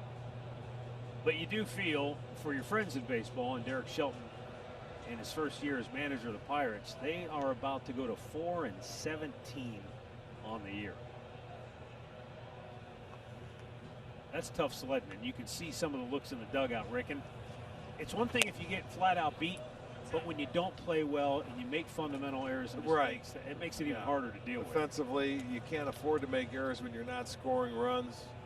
They've lost 3 straight. This could be 4 and 6 of their last 7. Could be 7 of their last 8. 2 and 13. So, yeah, things, and even the calls all in this series seem to go against them. That's the ball game. Brian Hand nails it down for his 7th save. And the Indians sweep the Pittsburgh Pirates by a final score of 2-0. Indians have now won 6 in a row as they go to 16-9 on the year. Shane Bieber, your winner, he's 5-0. The loss to Trevor Williams, he is 1-4. Indians are headed home. And this is a heck of a road trip because let's go back to how this road trip began. The team meeting prior to the series opener in Detroit. Right. What are we going to do? What's going to happen? What did Tito say? I'm really looking forward to how these guys respond. And boy, have they ever. Boy, they sure have. Undefeated, 6-0 on this road trip. And the great thing, the pitching was in shape. They scored a lot of runs offensively in Detroit. They had 6 in the first 2 games. Santana carried that load. Today they could have had 6 or 8 on the board, but the pitching was so good they got their 5th shutout of the year. So, you know, the hitters didn't do a whole lot today, but Bieber got his 5th win. Hand gets his 7th save. All in all, a tremendous road trip. Well, the Indians will be here tomorrow night, and the Tigers come a-calling to Progressive Field. We'll be here to bring it to you on Sportstime Ohio. Stay tuned now for Indians Live postgame with Al and Jensen. For Rick Manning and Andre Knott, I'm Matt Underwood. Thanks so much for watching. We'll see you tomorrow night.